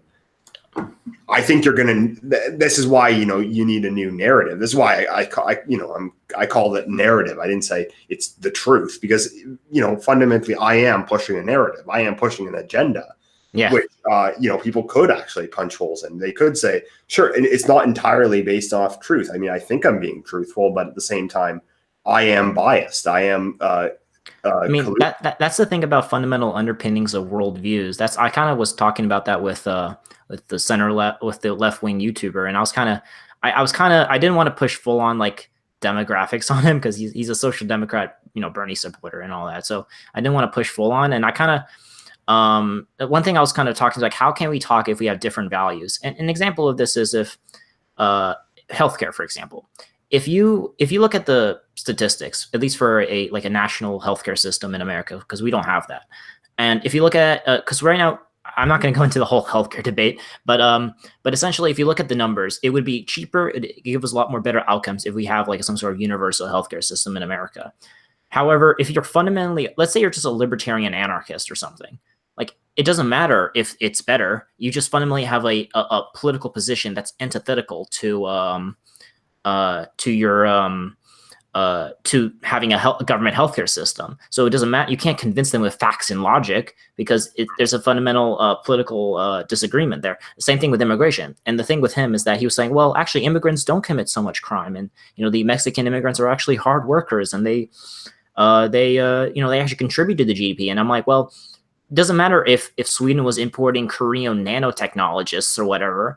I'm fundamentally, I believe Sweden belongs to the Swedish people, and it doesn't matter if immigrants don't commit a disproportionate amount of crime. They don't disproportionately take welfare. They don't, they assimilate fully. They speak the language within a generation. They assimilate into the culture and everything. But fundamentally, the country belongs to that nation. So it doesn't matter how great you make immigration to be. You can't convince me. Well, I mean, unless my values change. I mean, yeah, exactly. The one thing that you should point out, though, is that in the United States, they do kind of, when progressives say that immigrants don't commit more crime, the reason for that is because that in the native-born population, it does include the black population. Yeah, exactly. Most of the crime. So yeah, they don't commit. But then even then, that kind of does just prove that why it's different. That why is it that immigrants commit more crime than a certain amount, but less crime than another amount? It's just. But the other point to point out though is that what I'll say is, when people say integration, it's like, what does that mean really? So, I don't think what's going to happen is that you're going to get, a Muslim Canada, or there is maybe some, it's more likely in some countries in Europe, but in terms of integrating into Western liberalism, that's actually probably possible. But that does not necessarily mean that they're not going to grow up hostile to you, because they might not maintain the tribal traditions of Africa. In fact, they probably won't, but they're still going to be taught about white privilege and stuff like that, and they're still going to be taught that you're a villain. And secondly, I just one more thing I want to say though is that in terms of integration, it's to me just being a liberal and that doesn't equal integration. To be integrated would be to be completely indistinguishable from the rest of the population. And that would, if one of those small towns in northern Ontario, if it was filled with people from a different country, but they didn't commit more crime, they didn't they were economically prosperous and so on, but would they still give me that sense of security, that sense of belonging in that town? And I think no. It's not even entirely about the crime. It's not entirely about the economics, even though that of course matters. Mm-hmm. There's just goes so much more to integration. You want to feel like you belong in your nation. You want to feel like you're at home. And if you replace your entire city with astrochemists from, is that even a thing? Is chemists and nuclear physicists from I don't know, South Korea. It's still not the same, Yeah, exactly. There's more to a country than just if it's, and the thing is even then it's just it'd be one thing if, like, Europe was importing like these highly educated, highly cultured people, but we're importing like 75 IQ welfare leeches who commit a bunch of crimes. It's just like we're taking the worst of everything. But and one example you're pointing out is like the black population in America. They've been here for hundreds of years, yet they still see themselves as like, yes, they might say themselves that they might call themselves American, but they might have an American identity, but they still have this external identity, like a black identity. And that's all, and that I think is probably more powerful than their American one. Yeah, and that's the thing, because there's no such thing as and the thing is, a lot of people, what they're trying to, the thing with integration is that, there's a basis, like, for America and Canada, they both were based off, the fundamental underpinning is Anglo-Saxon, like British, British common law. That was like the basis of the civilization. And yes, America took in a bunch of French and Germans and Scandinavians originally, and yeah, we could assimilate them. But there was always a sort of underpinning of it was supposed to be there's an underpinning still. It wasn't this multiracial, multicultural country. Oh yeah, and we have a European identity. And a lot of people just try to like, oh, we just, actually, no, anyone could be American. And, it's not the thing with being a citizen of a country. It's not just a paper, we give out citizenship like candy. And it's just, there's more to being when you think of okay, as a thought experiment, when someone thinks, and I think leftists will admit this too, if you think of a Polish person, think of a Japanese person, think of a Turkish person, and think of a Somali. And like, we know how these people look like. We know there's an ethnic component to nationality. Now, one thing, I was talking to Polydice, and he, that was the left-wing guy. He's like, well, I won't accept that America is can't be a white country because, we've always had blacks, and, then we have Hispanics, and, we've always had Asians, and it's, well, yeah, but we always are at least like an 80 or 90% white country,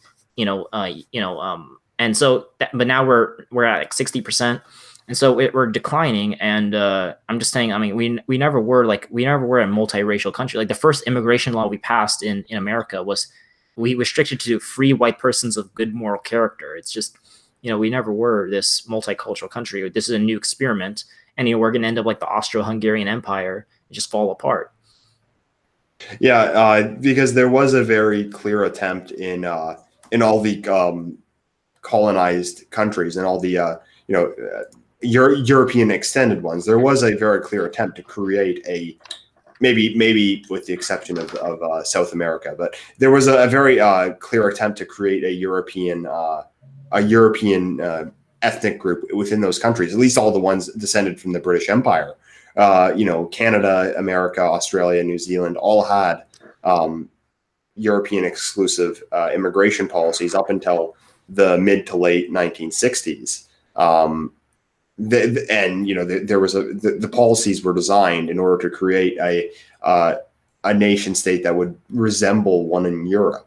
And of course, they never, maybe you could argue they never got there because of the change in policy, but that was fundamentally part of it. And I think that, what we need to do today is that at least acknowledge that, we have a nationality and a community of our own that extends beyond just simply American Canadian. Because the problem that we have is that for example, there'd be Black Americans, there's Hispanic Americans, and on many times that would supersede the Black part, or the Hispanic part might supersede the American part. But then with whites, you're just American, and and everyone's part of that, and everyone's part of that group. It's the same problem in Canada. It's that everyone's Canadian, but we are only Canadian, and other people are something else plus Canadian. Like for me, for example, I'm of Scottish descent, but my family moved to Canada from Scotland about 130 years ago. So I can't really say that I'm Scottish. Mm-hmm. But at the same time, if I just say I'm Canadian, well, is someone who moved here from India 5 years ago just as Canadian as I am? Am I the same as him? I'm not Indian. You could say he's Indian. I can't say I'm Indian. But so the point I'd like to make, though, is that I think that there is something unique about the European diaspora in these various countries, and that I think you need to have some kind of a sense of that you're a community with interests, because this is what's being used to screw us in a lot of our countries, is that there isn't any way of pursuing group interests, and this is why they're able to pass all these policies that are really designed to screw you over. It's because you just don't have any way of expressing that as expressing that group politically, really, and that's the challenge. Yeah, and I mean, so like for my father's side, it's like his side has been here in America since like the 1600s, in the terms with the British and German settlers, and my mom just recently immigrated. My dad met her in the Soviet Union, so my mom, that's why I could speak a little bit of Russian, but even then, like I just consider the thing with, even though like half my family is from another, just recently immigrated to America, like I still feel like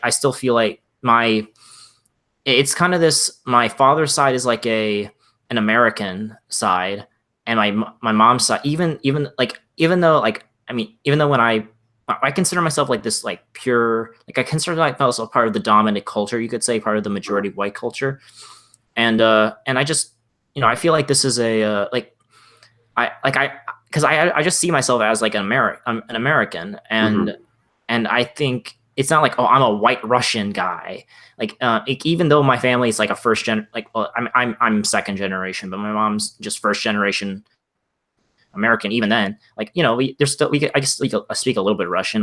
My mom listens to Russian stuff and Russian music and all that. But like for me, I just fully, how do you say it? Just I even because it's because America is built upon a fundamental underpinning, which is Anglo-Saxon, Western, like Mm-hmm. mostly British common law, and that's kind of what I've been, I kind of identify as that. And even though there's like this other side of me that's still white a little bit, that's why I'm able to assimilate a lot better than say, well, like it's just kind of like, I'm not sure what I was trying to go. It's kind of like, even though I have like another side that just recently came from Europe, I still could assimilate well into because it was supposed to be for Western European, like just Europeans in general. That's kind Yeah. of that was the majority group. Yeah, and I think that for what someone might say is that that they might say, well, you're a recent immigrant to America, so there's no difference. And then, but like you said, the reason that you find it easy to assimilate with that is through a kind of ethnic solidarity. It is the one that you fundamentally identify with a lot more. And if anyone wonders why I speak a little bit of Russian, it's because in my the town I live, very massive, a lot of immigration to the town. There's very few white people left. The biggest European community there was Russians and Ukrainians, and I have a lot of friends that are from Russia and Ukraine, and I speak a little bit of the language, even though I'm actually Scottish and I've been in Canada for years and years and years. I mean, I guess you could say that that's another example of like, kind of something that I'm not necessarily part of, but I identify with more than I would, a non-European one. But the other thing that you can flip that on the leftists, if they say that, you're a recent immigrant to America, you can say as well, do I still have white privilege? Do I still have to pay reparations for Exactly, slavery? yeah. And It goes only one way. It's like, you're not American enough because you're a recent immigrant, but you're white enough that you have to pay reparations, and that you have white privilege and stuff like that. yeah, it's I'm an immigrant, but they kind of admit, it's kind of like the thing with the left is like they kind of know the things we talk about, but you just don't want to acknowledge it. Like as we were talking about the criminal statistics earlier, like there's some Muslim guys, like 70% of all inmates in France are Muslims, a clear example of Islamophobia in the criminal justice system. It's like, so they kind of understand, like they just can't imagine that some people are just different, and that there's people just they're fundamentally different, and they acknowledge that, like, well, we acknowledge you as part of the dominant class, and that's why you need to pay reparations. But yet you're also an immigrant from a white country in Europe. So, I mean, I'm not an immigrant, but my mom was. Mm-hmm. So, it's kind of like they can understand that the dominant culture is a white Western Europe, European one, or just a European one in general. So they kind of acknowledge that, but then they just kind of like don't want to acknowledge the implications of that. Yeah, I think that the best. I mean, I think with the left is that they'll basically say they'll basically they've come to their conclusion and they'll basically say whatever they can to justify that. So I mean, that's why Americans, Canadians, they're European when we're in our countries, but then back in Europe, everyone can be European. So like, I don't know if you know who Laura Towler is, but she made a good video that I had pointed out to her on Twitter that she made a video about how people claim that they're English and that English is not an ethnicity, that they claim that it's that anyone can be one and that if you just live there you are. And I pointed out to her that in Canada, it's listed as an ethnicity on our census. So in Canada, it's an ethnic group, but Canadian is not an ethnic group. But in the United Kingdom, it's just a passport number. So it's like, they play this game that they'll basically say whatever they can to just justify their agenda. And It's the left wing narrative that's in play that they've been told their entire lives, and that's what they're trying to justify. It's like, okay, well, it can't be that certain people are just different. That goes against the idea that people are fundamentally equal. So why is it that certain people are worse off? Oh, it's because of these structural institutions or whatever. They have to try to justify this left wing worldview. And I think the difference between, I mean, yes, we're pushing a narrative, but we are trying to put a different toward like try to answer the problems that this left wing narrative has brought about, and like bring about a new narrative that might explain reality a lot more. And I think it's like, hey, yes, humans are different. Men and women are different. Ethnic groups are different. Cultures are different. Nations are real. So it's that's the fundamental thing about the right and the left.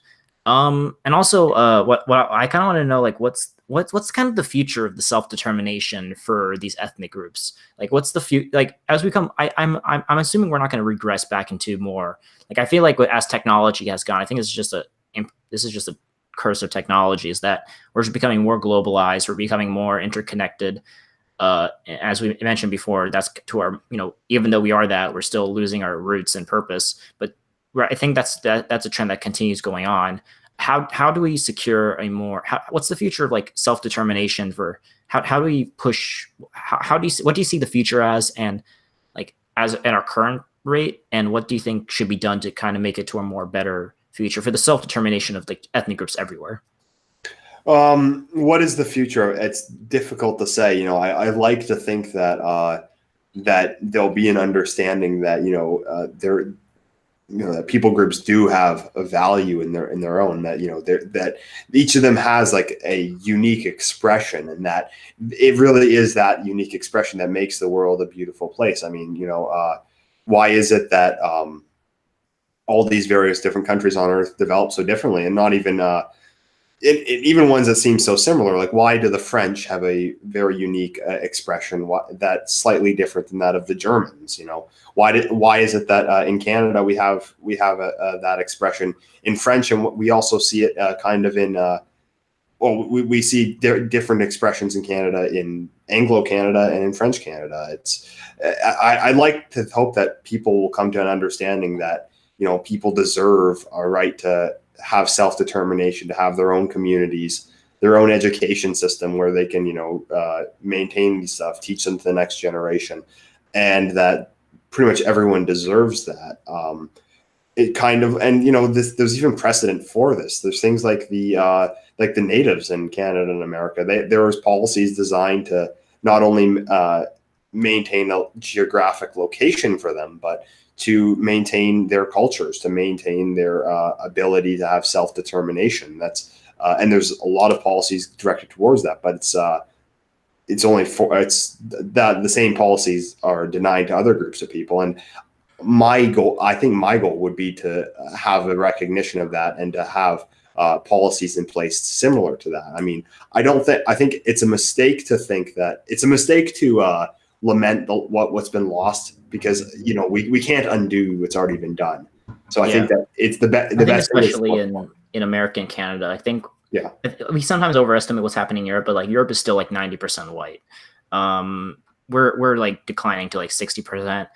And the thing with I think a good white pill for this is your video on the Hungarians, how they were subjugated under Austrian rule for hundreds of years, and they had policies in place to try to forcibly just destroy their purpose Yes. and identity. And I think but yeah, despite all that, they persevered, and now they have their own nation. And I think I think it's a bit of a for at least for the European countries, I don't want. I think in America, if we balkanize, yes, there'll be a place for white Americans or whatever. But I think for Europe, I don't want to see like ethnic enclave, like a piece of France is like for French, and then like a lot of it, like the southern France is like for sub-Saharan Africans.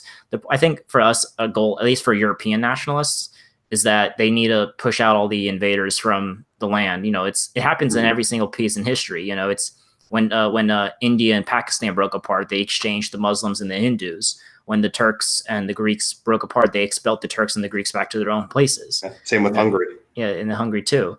And I think if I want to be more optimistic on the future of humanity, is I think it might actually be a bit decentralized. I think a lot of people tend to think we're going to move toward a one world government and a one world like currency and a one world religion. I think as technology will allow us to be more decentralized and a lot more autonomous into these mini groups, then there'll be like a decentralized currency, a little city state nations for groups of people. And I kind of think I hope that's kind of the future. I think one thing that in my past, like for example, when I was like kind of a proto-communist, you could say this, like, as I mentioned before, I always imagined myself, and I think it's just an expression of my past. I always thought like, oh, I'm going to live in like a commune with people like me who I could have like an identity with. And I'll work toward a common goal. And I think even when I was like some sort of like the most left wing I ever was in my life, I had still that drive to try to, like, I still wanted some sort of identity or purpose. And I wanted to have higher goals and ideals. And so I think everyone faces that. I think you mentioned that like a lot of your left wing friends also kind of like they want to go to like all these cities in Europe and they kind of steal my culture. Like, even this week, there's this one left wing person I have on my Facebook account, and this guy is considerably left wing. I mean, he's not like a Marxist, but he's I guess he'd be like a strong like social democrat, like Bernie supporter, stuff like that. He made this big post on Facebook about how tragic it was that Notre Dame burnt down, and I just thought like, there is still a longing inside of this guy for some sense of like he still does have an appreciation for European civilization, even though ideologically he might be opposed to it. He still understands, like, when he sees something as beautiful as the Cathedral of Notre Dame burned down, that there's a big loss there. And I find a lot of people on the left wouldn't actually follow that ideology to its logical conclusion. They can say on Twitter that they don't care about their demographic decline. They don't care about this or that. We deserve it for centuries of oppression and stuff like that. But very few actually believe that. I find, like, I think Millennial Woes pointed out the idea that every liberal loves Harry Potter, and Harry Potter is like this hierarchical, traditional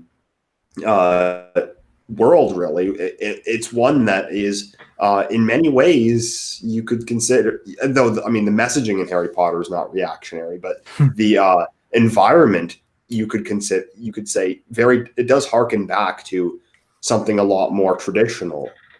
And there is a longing inside people for that. And I have to think that if people are even given the chance, a lot of people, I think, would be interested in it because they're not given the chance these days. Yeah, it's for that's one thing that we need to push in. I think in the a lot of the I'm stumbling on my words. Sorry. The video for the channel for Blackpilled, how he reviews like kind of old school movies. Yeah. I feel like what we need is also kind of like it's not like you're not going to push in. You have to slowly put like traditional values into your, like, having stable families, happy families, a man and a woman, having strong kids, healthy kids with you have to have these like values in place, these that people, it's not very explicit, it's implicit. It kind of, people kind of have to kind of say, oh, that's a good thing. And I think I was when I was talking to uh, uh, the uh, the social democrat guy like a week ago, I kind of told, I was trying to say, well, what's your view on, like, as America becomes more multicultural and multiracial, like, what's your view on, like, I'm like, and I didn't want to go full alt right on him because I wanted to go kind of slow. I was like, okay, well, I think that I have a concern that these ethnic groups are going to, like, tear this country, like, tear this country apart. And how, like, they kind of have these irreconcilable differences, and they kind of, I don't, how do we unite as Americans, as all these ethnic groups? And he's like, well, I just think they're coming here in good faith, and they want to come here and make their lives better. And, they also want to, and, they are coming here for good reasons. And, I told him, like, well, humans are naturally just, tribalistic, right? And he's like, well, yes, but that's just kind of like primitive of humans. We could actually move past that.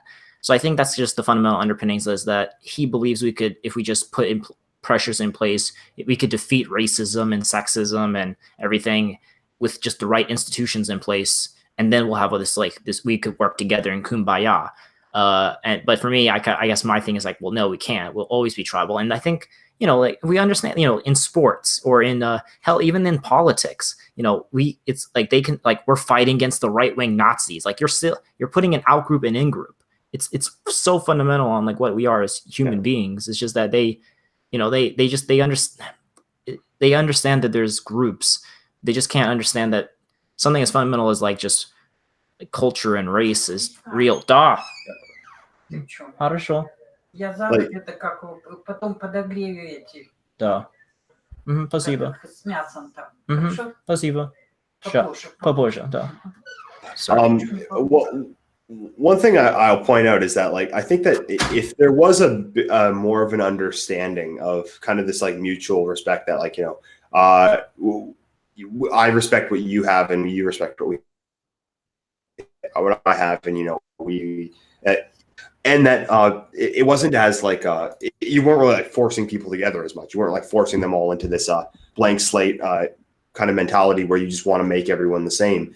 I think that you could make those differences a lot less damaging. Like, an example would be that up in Ontario, like, in a lot of these towns, there is native reserves, and there's all these old towns that are about 95% white or something, and it's like, I feel at home in one of those. I'd feel at home when I visit one of those towns, but at the same time, I don't want. That doesn't mean I don't want the natives to have their own reserves, like, But the reason that I think it works is because they had their little land and we had our own, and if we don't infringe upon each other, then it's not as big of a problem. But the problem is that that's not what's happening. It's like we can't have our own communities. We can't maintain. We can't decide who can come in, who can come out. Oh yeah, exactly. It's also not the same. And one thing, it's what they're saying is, well, if you push them a little bit, they're like, okay, well, the future is that we're all gonna become one race, this brown race or whatever. But it's like, no, that's not true. We're gonna, no, in 2100, 100 years from now, when we're both dead and gone, is Nigeria gonna look like Japan, or is it gonna look like Peru? No, it's but in 2100, is Britain gonna look British? No. Is American Canada look as it is now, where it was a few decades ago? No, hell no. It's not. Is Western Europe going to look how it is? No, definitely not. So it's only happening in one way, and it's not like it's only white countries, European countries, that are feeling this brunt of multiculturalism, not anyone else. The other thing I often say, though, to well, I say this to leftists, but specifically white leftists. What I'll say, okay, if you believe in this grievance culture, if you believe, like, in white privilege and something like that, I always ask them is, what are you personally willing to give up? Are you personally going to give up, like, parts of your salary? Are you going to personally give up, potentially your safety, or what are you going to put on the line? Like, I don't want to hear this that you're going to accept, you're going to acknowledge your privilege and do this. No, I want to know, like, what I want to know is, what are they going to give up personally? How are they going to make themselves worse in order to compensate for this alleged grievance. And in reality, none of them actually would. And I don't see any of them actually doing that. And that's one of the things that I think it was Millennial Woes that said this also, is that he thinks that the support for multiculturalism is probably a mile wide but an inch deep. That, you know, it's they'll talk about it all the time. They'll talk about how great it is. And, you know, any Guardian reader, any blue check mark, whoever, you know, they'll shout about how much they supported, but at the same time, how much are they putting into it, and how much are they willing to sacrifice for it? And I don't think very much at all. And that's one thing that's something that I think could flip very quickly. I think, yeah, you're 100% correct. For what I think what we were mentioning earlier is that, you know, I think you brought it up, but it was like, left, like progressivism only could exist in like these highly wealthy, highly educated societies. And I think, like upper middle class white liberals, I think they're just so naive. Like, it just frustrates me such a, like, they have such a, like not an optimistic, just like a very diluted. I don't know what the word for it is, but just like they live in, like, in these, like, as you said, like these like white gated communities, and they just, I mean, are they willing to live in like, in the inner cities? Are they willing to live in these multicultural bastions? And I think, I mean, I don't know if they will. I mean, I'm pretty sure they don't. It's like, oh, do you want? I mean, if it's so diverse, why don't you move to, like some other, like I mean, if you want to feel like a minority, why don't you move to somewhere? Because if you ask, like, when Donald Trump got elected, a lot of like Hollywood elites were like, I'm going to move to Canada, or I'm going to move to. None of them did. Yeah, and none of them did. And then also I mean, like, what? Why not move to, I don't know, to like, El Salvador? Why not? Canada's more white than America. Any country is more white. Well, any European country is more white than America. Why aren't you moving there? And it's like, oh, well, it's kind of feel like they kind of understand that they kind of want to, I don't know, they're not moving to where they want to be. But I mean, sometimes I actually legitimately think they actually believe in multiculturalism. Like, oh, look at all this nice food and look at all this nice music or whatever. Right? Maybe they do believe in it. I'm not sure. And the other thing to point out, though, is that I do think there is a fundamental difference between the upper class white liberal and then the younger, like maybe leftist millennials. Because I think that, like, the upper class, middle-aged liberals, for them, like, progressivism is fashionable. It's their way of, essentially virtue signaling. It's the way of them showing that they're a modern, virtuous person by, talking about refugees and stuff. And with them, as we mentioned, that they lose nothing. But then when you look at the younger ones, so the SJWs on the college campuses, the Marxists, these ones, and I made a video about one of these guys in my family. Like, they're absolutely miserable. Like, my experience with them is that they absolutely hate their lives, and like they're depressed, they're bitter, and really, because the reason is they're just given this the identity that they've embraced is just one that's anti themselves. And I really think that that's something that can't last, because well, first of all, the reason they believe that is because that's all they've been given. That's what they've been taught, and that's what they've embraced.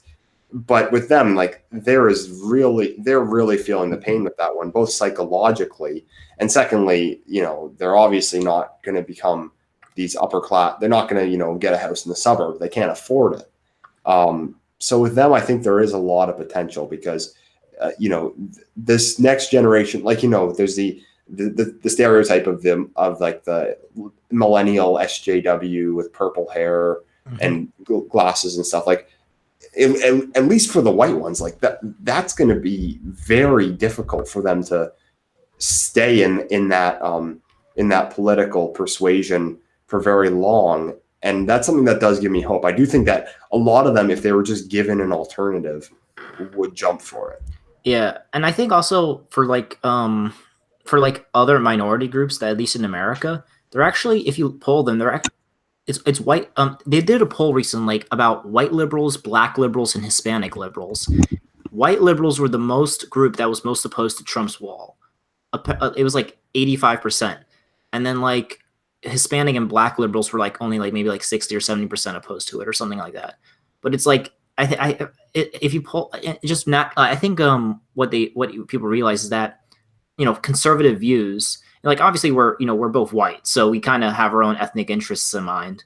But like our fundamental understanding of reactionary or conservative ideology is that I think that's actually something that Blacks, Asians, and Hispanics are actually more attuned to. I hate to sound like a boomer here, but like you know it's also like something for minority. Like, it's our ideology is something that I think everyone could like respect, like hey, family, country, and God, and just like kind of these fundamentals, because I think they're more conservative, and I think it's mostly like white liberals who are kind of more who are the most bought into this, and it's kind of. But you also have to remember though that there is there are fundamentally different interests at play here. So one person actually put it quite well to me. What he said was that he said that he was that a lot of minorities being left wing is the equivalent of a white person being right wing. So it's their way of pursuing, I guess, ethnic interest, you could say. So it's a mistake to think like that. It's a mistake to think that like Black Americans are going to support the right because they have like they're nationalistic or something like that. Yeah. Well, kind of more like conservative. So, like, I was just kind of saying that they're more like, especially like they're more like like Hispanics are more religious, like they're Catholic and they're more family oriented. Asians as well, not Catholics per se for Asians, but like they have more conservative social mores in place than white Americans. That's actually why, for example, why we need to return back, because if you look at the suicide and drug overdose rate, it's especially hitting white Americans. It's not hitting so much for example Hispanics. And a lot of people are like, well, why is that? That's so weird. And I was on Reddit, where that's kind of where you might think all the liberals are at. They're like, well, and a guy who's like, well, because they have all these family structures and the communal support. It's like you're advocating like our worldview. It's just that they can't. I don't know. They feel like if the government just throws money at it, it will solve the problem. But there has to be a deeper, in depth purpose to it. Yeah, I think that definitely one of the problems is that white progressivism is a very white phenomenon. Like the radical Black activist has very different motivations going on inside their head than the white progressive. Like for the for the Afrocentric Black Lives Matter.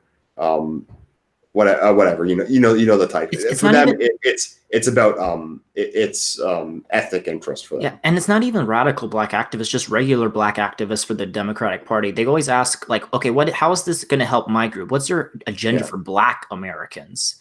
Like, there's what's your agenda for they're interviewing this guy, Andrew Yang, the same guy, and the guy was like, okay, I want to give $1,000 to every American, and the guy's like, okay, well, what about $1,500 for Black Americans in the spirit of reparations? It's like, and a person said, people are voting based on, I'm voting as a former slave, like they still see themselves as like, they still see themselves as like, I'm an oppressed person, even though my great grandfather was a slave or something like that.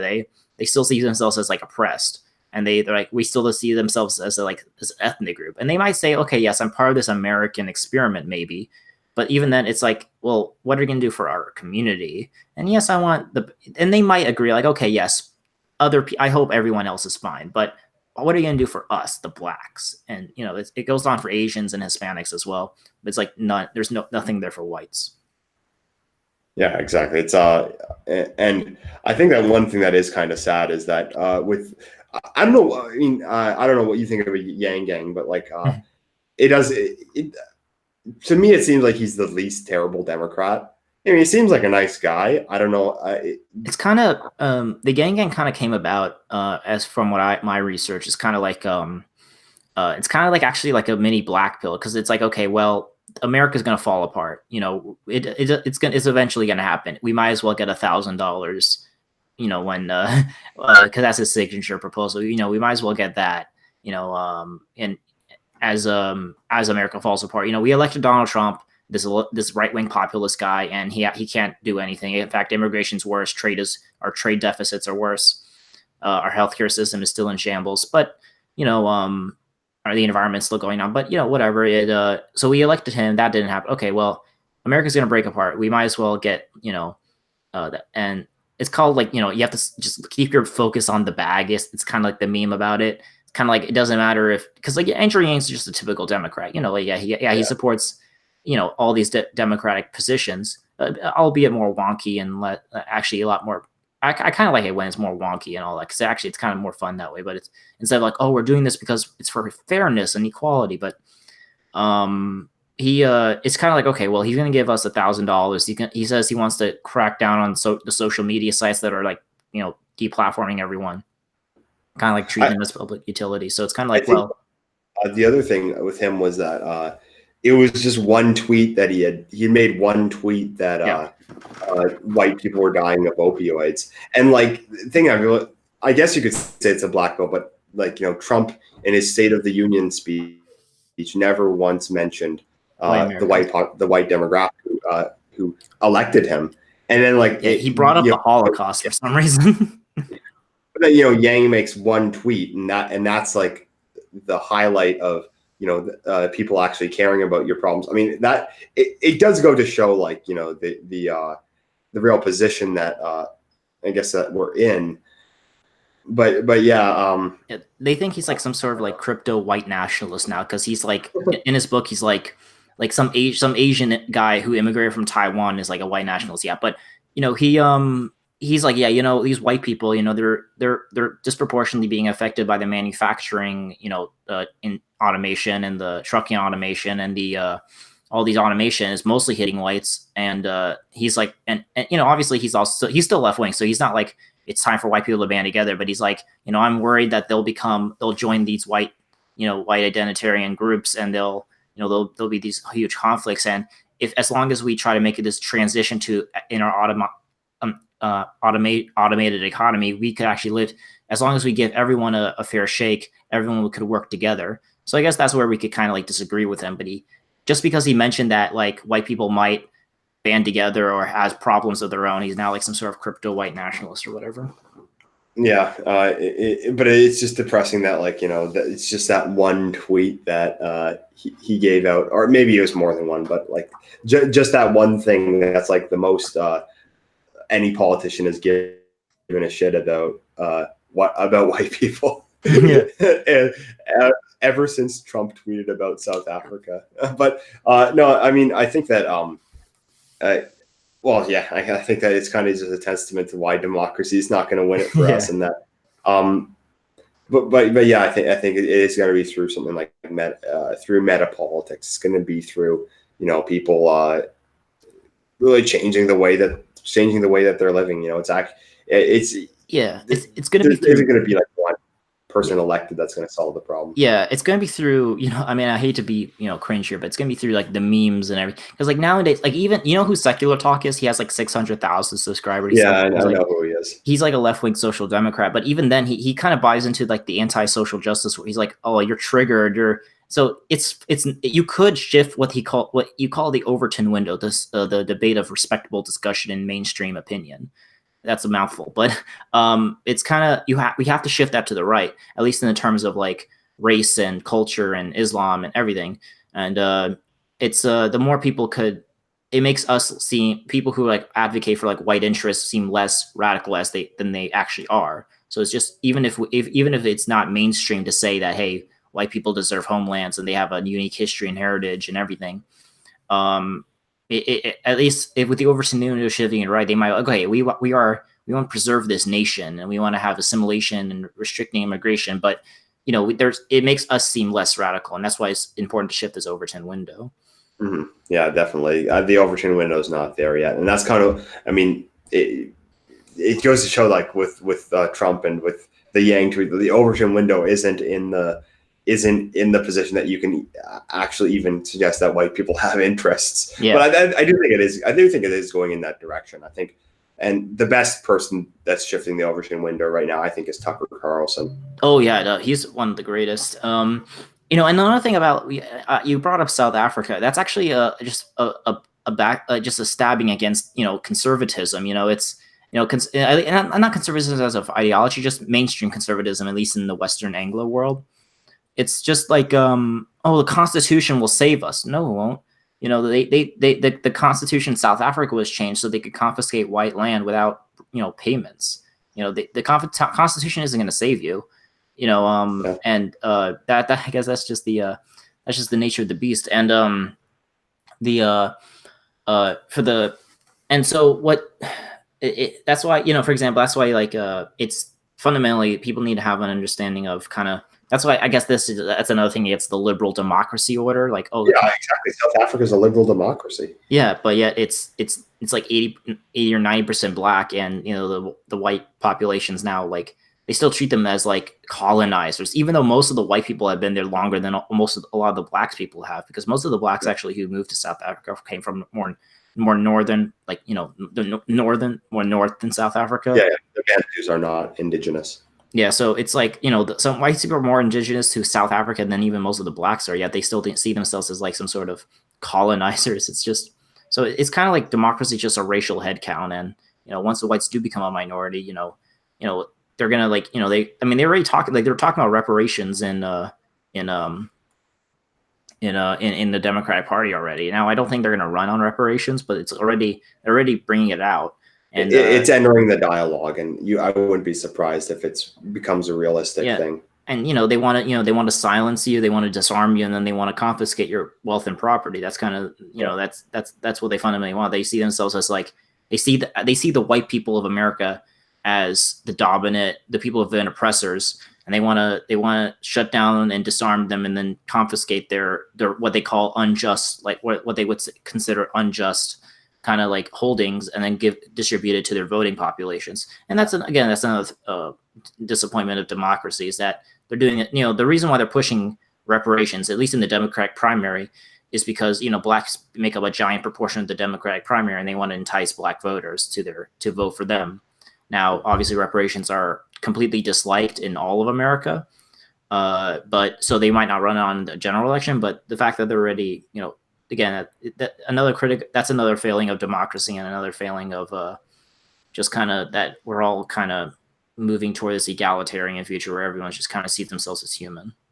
Yeah, I had a good discussion last year with a guy from he was from South Africa. His father was actually from Rhodesia. In fact, I actually had several guys on my channel from South Africa. But I had one really interesting one. Was I had a conversation with a guy whose father fled Rhodesia, and he eventually fled South Africa. And just this story of how like his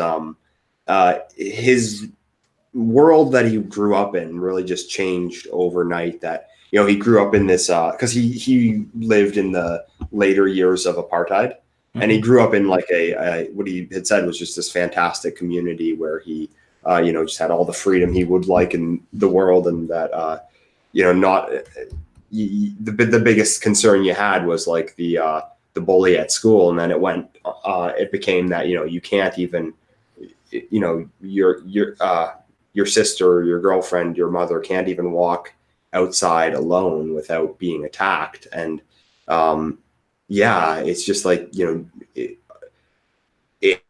really is just terrifying when you think of like what direction are we going in. I know that's an extreme example, but the idea that that this sense of security that we have now is going to last forever, I don't think is going to be the case. Now, I'm not saying that. I don't think within the next, probably not within my lifetime. I don't think it'll be like South Africa, but at the same time, it could end up like something like Brazil that, maybe it's not like people are out in the street trying to kill you, but at the same time, like, the services get worse, the crime goes up, the social cohesion goes down, the corruption goes up, Oh yeah, exactly. That's the future of America and Canada, and basically most of the Western world. If we don't, I mean, Brazil is a good example of that. And it's kind of on one thing they say, like it's so weird. They say like white genocide, like they say the idea that white people are getting replaced is like some sort of conspiracy theory, and then at the same breath they're like, okay, look, we are becoming minority, like majority minority, and you have to understand that yes, white people, it's hard to give up your power, but it's it's time you it's something you have to do. It's like, well, it's like one thing. It's it's some sort of like white supremacist conspiracy theory. What is the U.S. Census Bureau a white supremacist organization? Yeah. Oh, yeah. They move the goalposts with that one all the time. Like they'll first of all say, like, for example, one thing I often say is that in Europe they're saying that it's a conspiracy theory. In Canada they're saying, okay, the replacement's real, but it doesn't matter because we're all the same and diversity is our strength.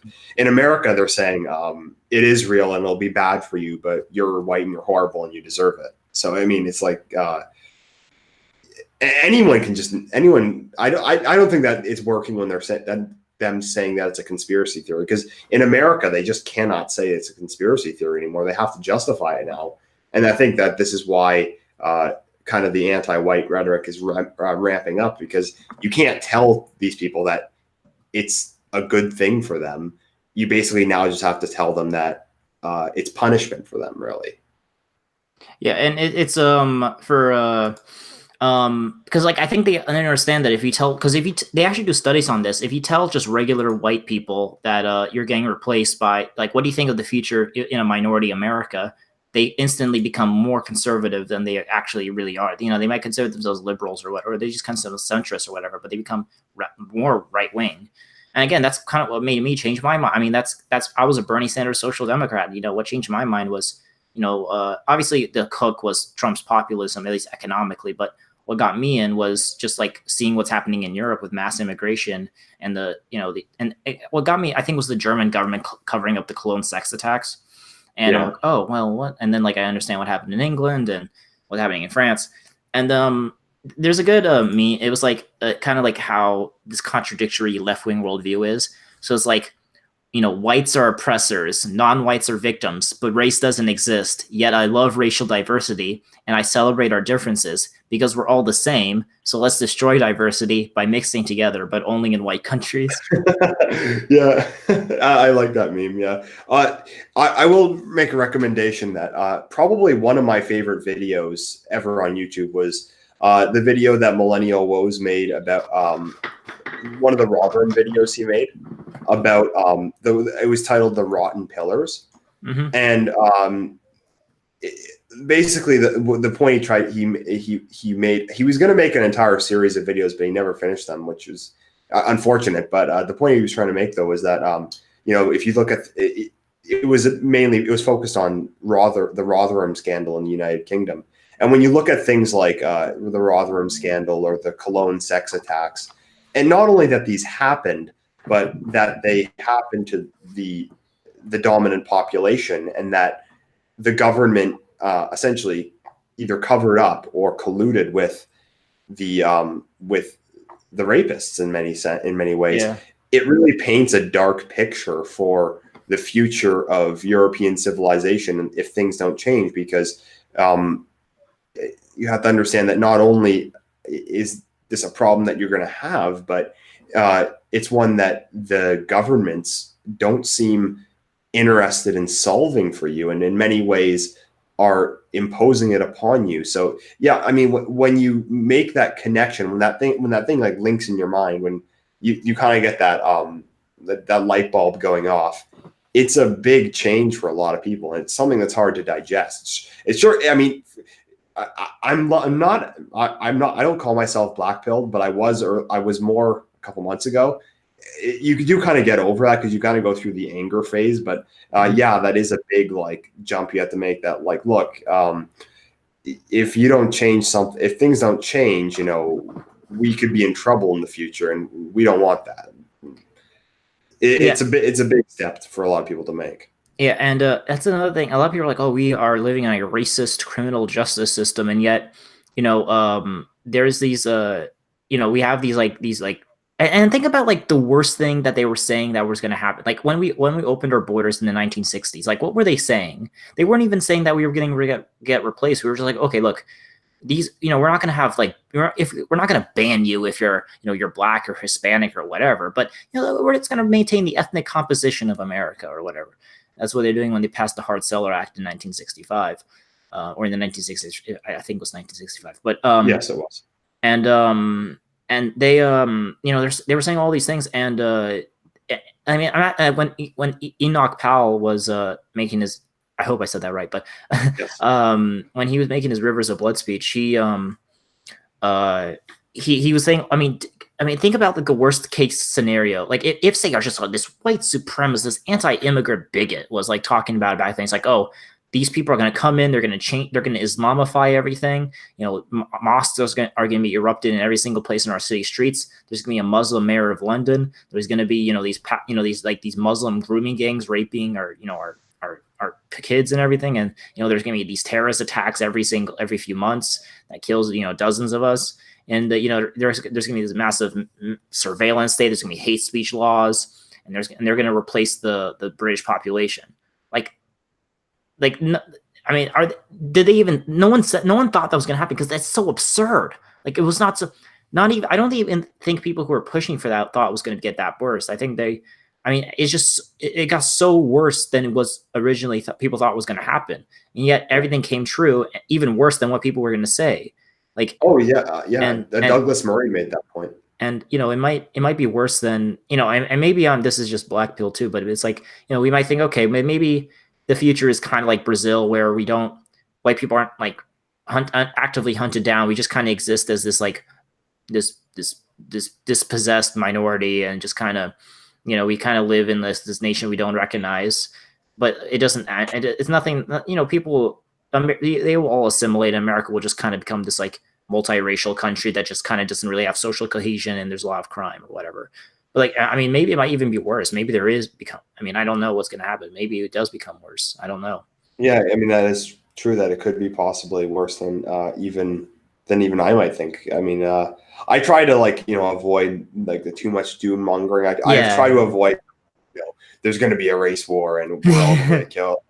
I don't like to do that, because for many reasons we don't have to go into those here. But that is true, that you have to, when you look back at it, the populace did not know what was coming up. And Douglas Murray had actually made a good point, that what he said was that when Enoch Powell made his speech, he had talked about a street that an old woman was the only white person living left on the street in wherever his constituency was. I can't remember, but Douglas Murray said that back then journalists had pointed out that no such street existed in England, and then today, London is less than half of London is white British. And he said that no, even the doom mongers in the 1960s, even the Enoch Powell's, even the people who were ringing the alarm bells, they had understated it. So it is definitely something that people need to understand, is that and I don't like to push the we're all going to get killed. But, the message I like to push is that we're losing out big time, and that it's not something, and we don't want to wait to find out what's going to happen. You have to kind of wake up. I mean, the thing with people is that it's kind of a mix of a white pill and a black pill. You have to give both. The thing with it is that you have to understand, look, whites will become a minority. Look what's happening in South Africa. Look how Brazil looks like. Look at all these, yes, there's these bad things that happen. And I think most people are like, oh, well, I think people just don't recognize that, and they don't really have some sort of national identity or ethnic identity at all. And and you have to kind of okay, look, things are going to be shitty, and it's going to be a lot worse before it gets better. However, look, if we band together, if we create a homeland and reawaken reawaken with our heritage and get an appreciation of our past, and look forward to a brighter future, we can make a better, America, or a better Canada, or just a better home, a place where our descendants could live in countries that they could recognize, where our descendants look like us, where our future countries are still, where our European countries are still the most maybe this is my Eurocentric worldview or whatever, but it's the best, it's the best, the places in the world to live in. And I think people understand that's even understand it. 'Cause I was traveling in California and San Diego, and I was staying in like a lot of people, a lot of these people's houses, and they were saying like it was like a what and they're all of them are very left wing, like very just saw like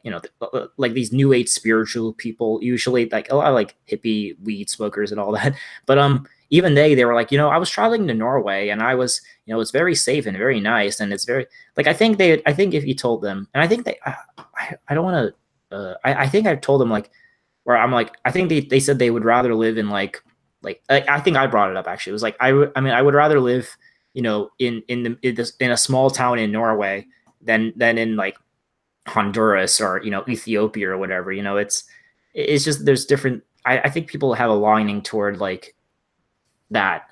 So on just on that note, it's just like I love how what that's kind of what we're fighting for is that restructuring this dominant left wing narrative and focusing on a making a new narrative that pushes healthy, like, hey, we recognize human nature, we recognize the differences, and we recognize that people have a right to have their own identity, their own purpose in life, and we're pushing for higher ideals and higher duties, and we're trying to we're trying to make human beings to become better than their natural state, which is a kind of this fallen, kind of animalistic sort of, and we're trying to incorporate these differences into with these social institutions to make them better, and we have these. And that's kind of like what we're trying to push. And we're trying to make a more better thing for everyone. That's kind of that's our mission. Yeah, definitely. I'll have to sign off shortly, but what I think I'd like to say maybe in closing is that there's lots of black pills and lots of white pills to draw. I mean, I think the one thing people do need to understand is that yes, there is a lot of institutional power against the continuation of European civilization. There is a lot of there are the powers that be are really pushing a future that we don't want. But then I think the white pill to pull out of that is that, like, look, civilizations have always fallen, empires have always come to an end, but there's always something that comes out after. There's always something that comes out of that. There's always something that rises, and Europeans have been throughout history probably the best at building that. And I don't think that throughout the Western world, we're all just going to go off into the night and just accept our fate and just cease to exist. I don't think that's going to happen. And what I think that people should do is don't spend too much time speculating about the future, but spend more figuring out the small things you can do now that'll make us better, make you better for tomorrow. The small things that you can do now, whether that's talking to your family members, whether it's standing up to the person that constantly is spouting off like anti-white rhetoric, or if it's finally reaching getting one of your buddies interested in history, or getting him interested in some kind of art or whatever it is, or if it's just improving yourself, who knows? Think of a small thing you can do today, and that's the best way to work toward a better goal for tomorrow. And I don't think that it doesn't help if to be overly black-pilled, where you think that the entire world's going to come to an end and that there's going to be a war, and don't go down that path, because it's unproductive.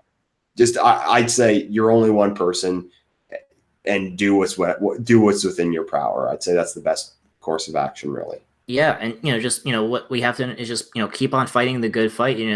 Keep telling pushing the like, hey, here's a way. And I think this is something, as we explained throughout this conversation, is that here's where we can find purpose and identity, and a sort of awaken this line, this I think this hole in the soul of people. As we explained throughout the thing, we are the most materially wealthy, we're the most interconnected, the most materially wealthy in all of history, and yet we're having some sort of hole in our hearts. And I think what we're trying to awaken in every single person, and this doesn't have to even apply to white people, but it's just people have a kinship to their own, and you have a greater group identity than just yourself. You're not an atomized individual. There are people like you out there, and there's a purpose for you. And our goal is to create, for the future, I guess in an idealized future, it's a nation state for your own, where you could call your home, where you're connected to the soil, where you have family, community, where you have duties, and you have a greater calling and a greater identity than just yourself. It's again, it goes beyond than just meaningless iPhones and the newest gadgets and the drugs and the sex. There's more to your life, and it's always and the one thing is it's not just about rights too. It's duties that you place upon yourself. Always push to make yourself a better person. That means going to the gym, eating healthy, maybe doing community and charity work, pushing the narrative of healthy, racial and ethnic, and just your a love for your heritage and history, as you say, bring about, look into, pushing, interesting arts and architectures and histories, and just like look at something that gives you a sense of purpose, and that's how you awaken. It's just that just looking at your past and like, oh wow, there's something more to me. I'm not there's a long chain that stretches back for thousands of years, and I'm the newest link, and I'm going to continue this chain into the future, and I'm going to improve this part of the chain. And I think that's our purpose, is to reawaken the consciousness of reawaken, I guess, the lost spirit of Europa and within all its people, and hopefully for a future where Europa and its descendants in America and Canada and Australia and New Zealand and such are a place they could recognize and a place they could feel pride in. Yep. I think that's a good place to leave it. Yep. So, hey, thanks for coming on. I really appreciate it. I think we talked for like 2.5 hours or something like that. So thank you so much. I enjoyed it. Good conversation. Thank you so much. I very interested. So, do you want me to? So I think this is automatically gets posted to my channel, I believe. But I hope it does. At least it worked the other time. But yes, alrighty. So yeah, I mean, thank you so much. I really appreciate you coming on. I really like these discussions. I know there wasn't really much disagreement, but I think it's nice to kind of flesh out kind of someone with two different like someone with a similar philosophy. Kind of, oh, I never thought about that, or kind of like I hope we just. I know we didn't disagree much, but it was a nice discussion, I hope. It's always interesting.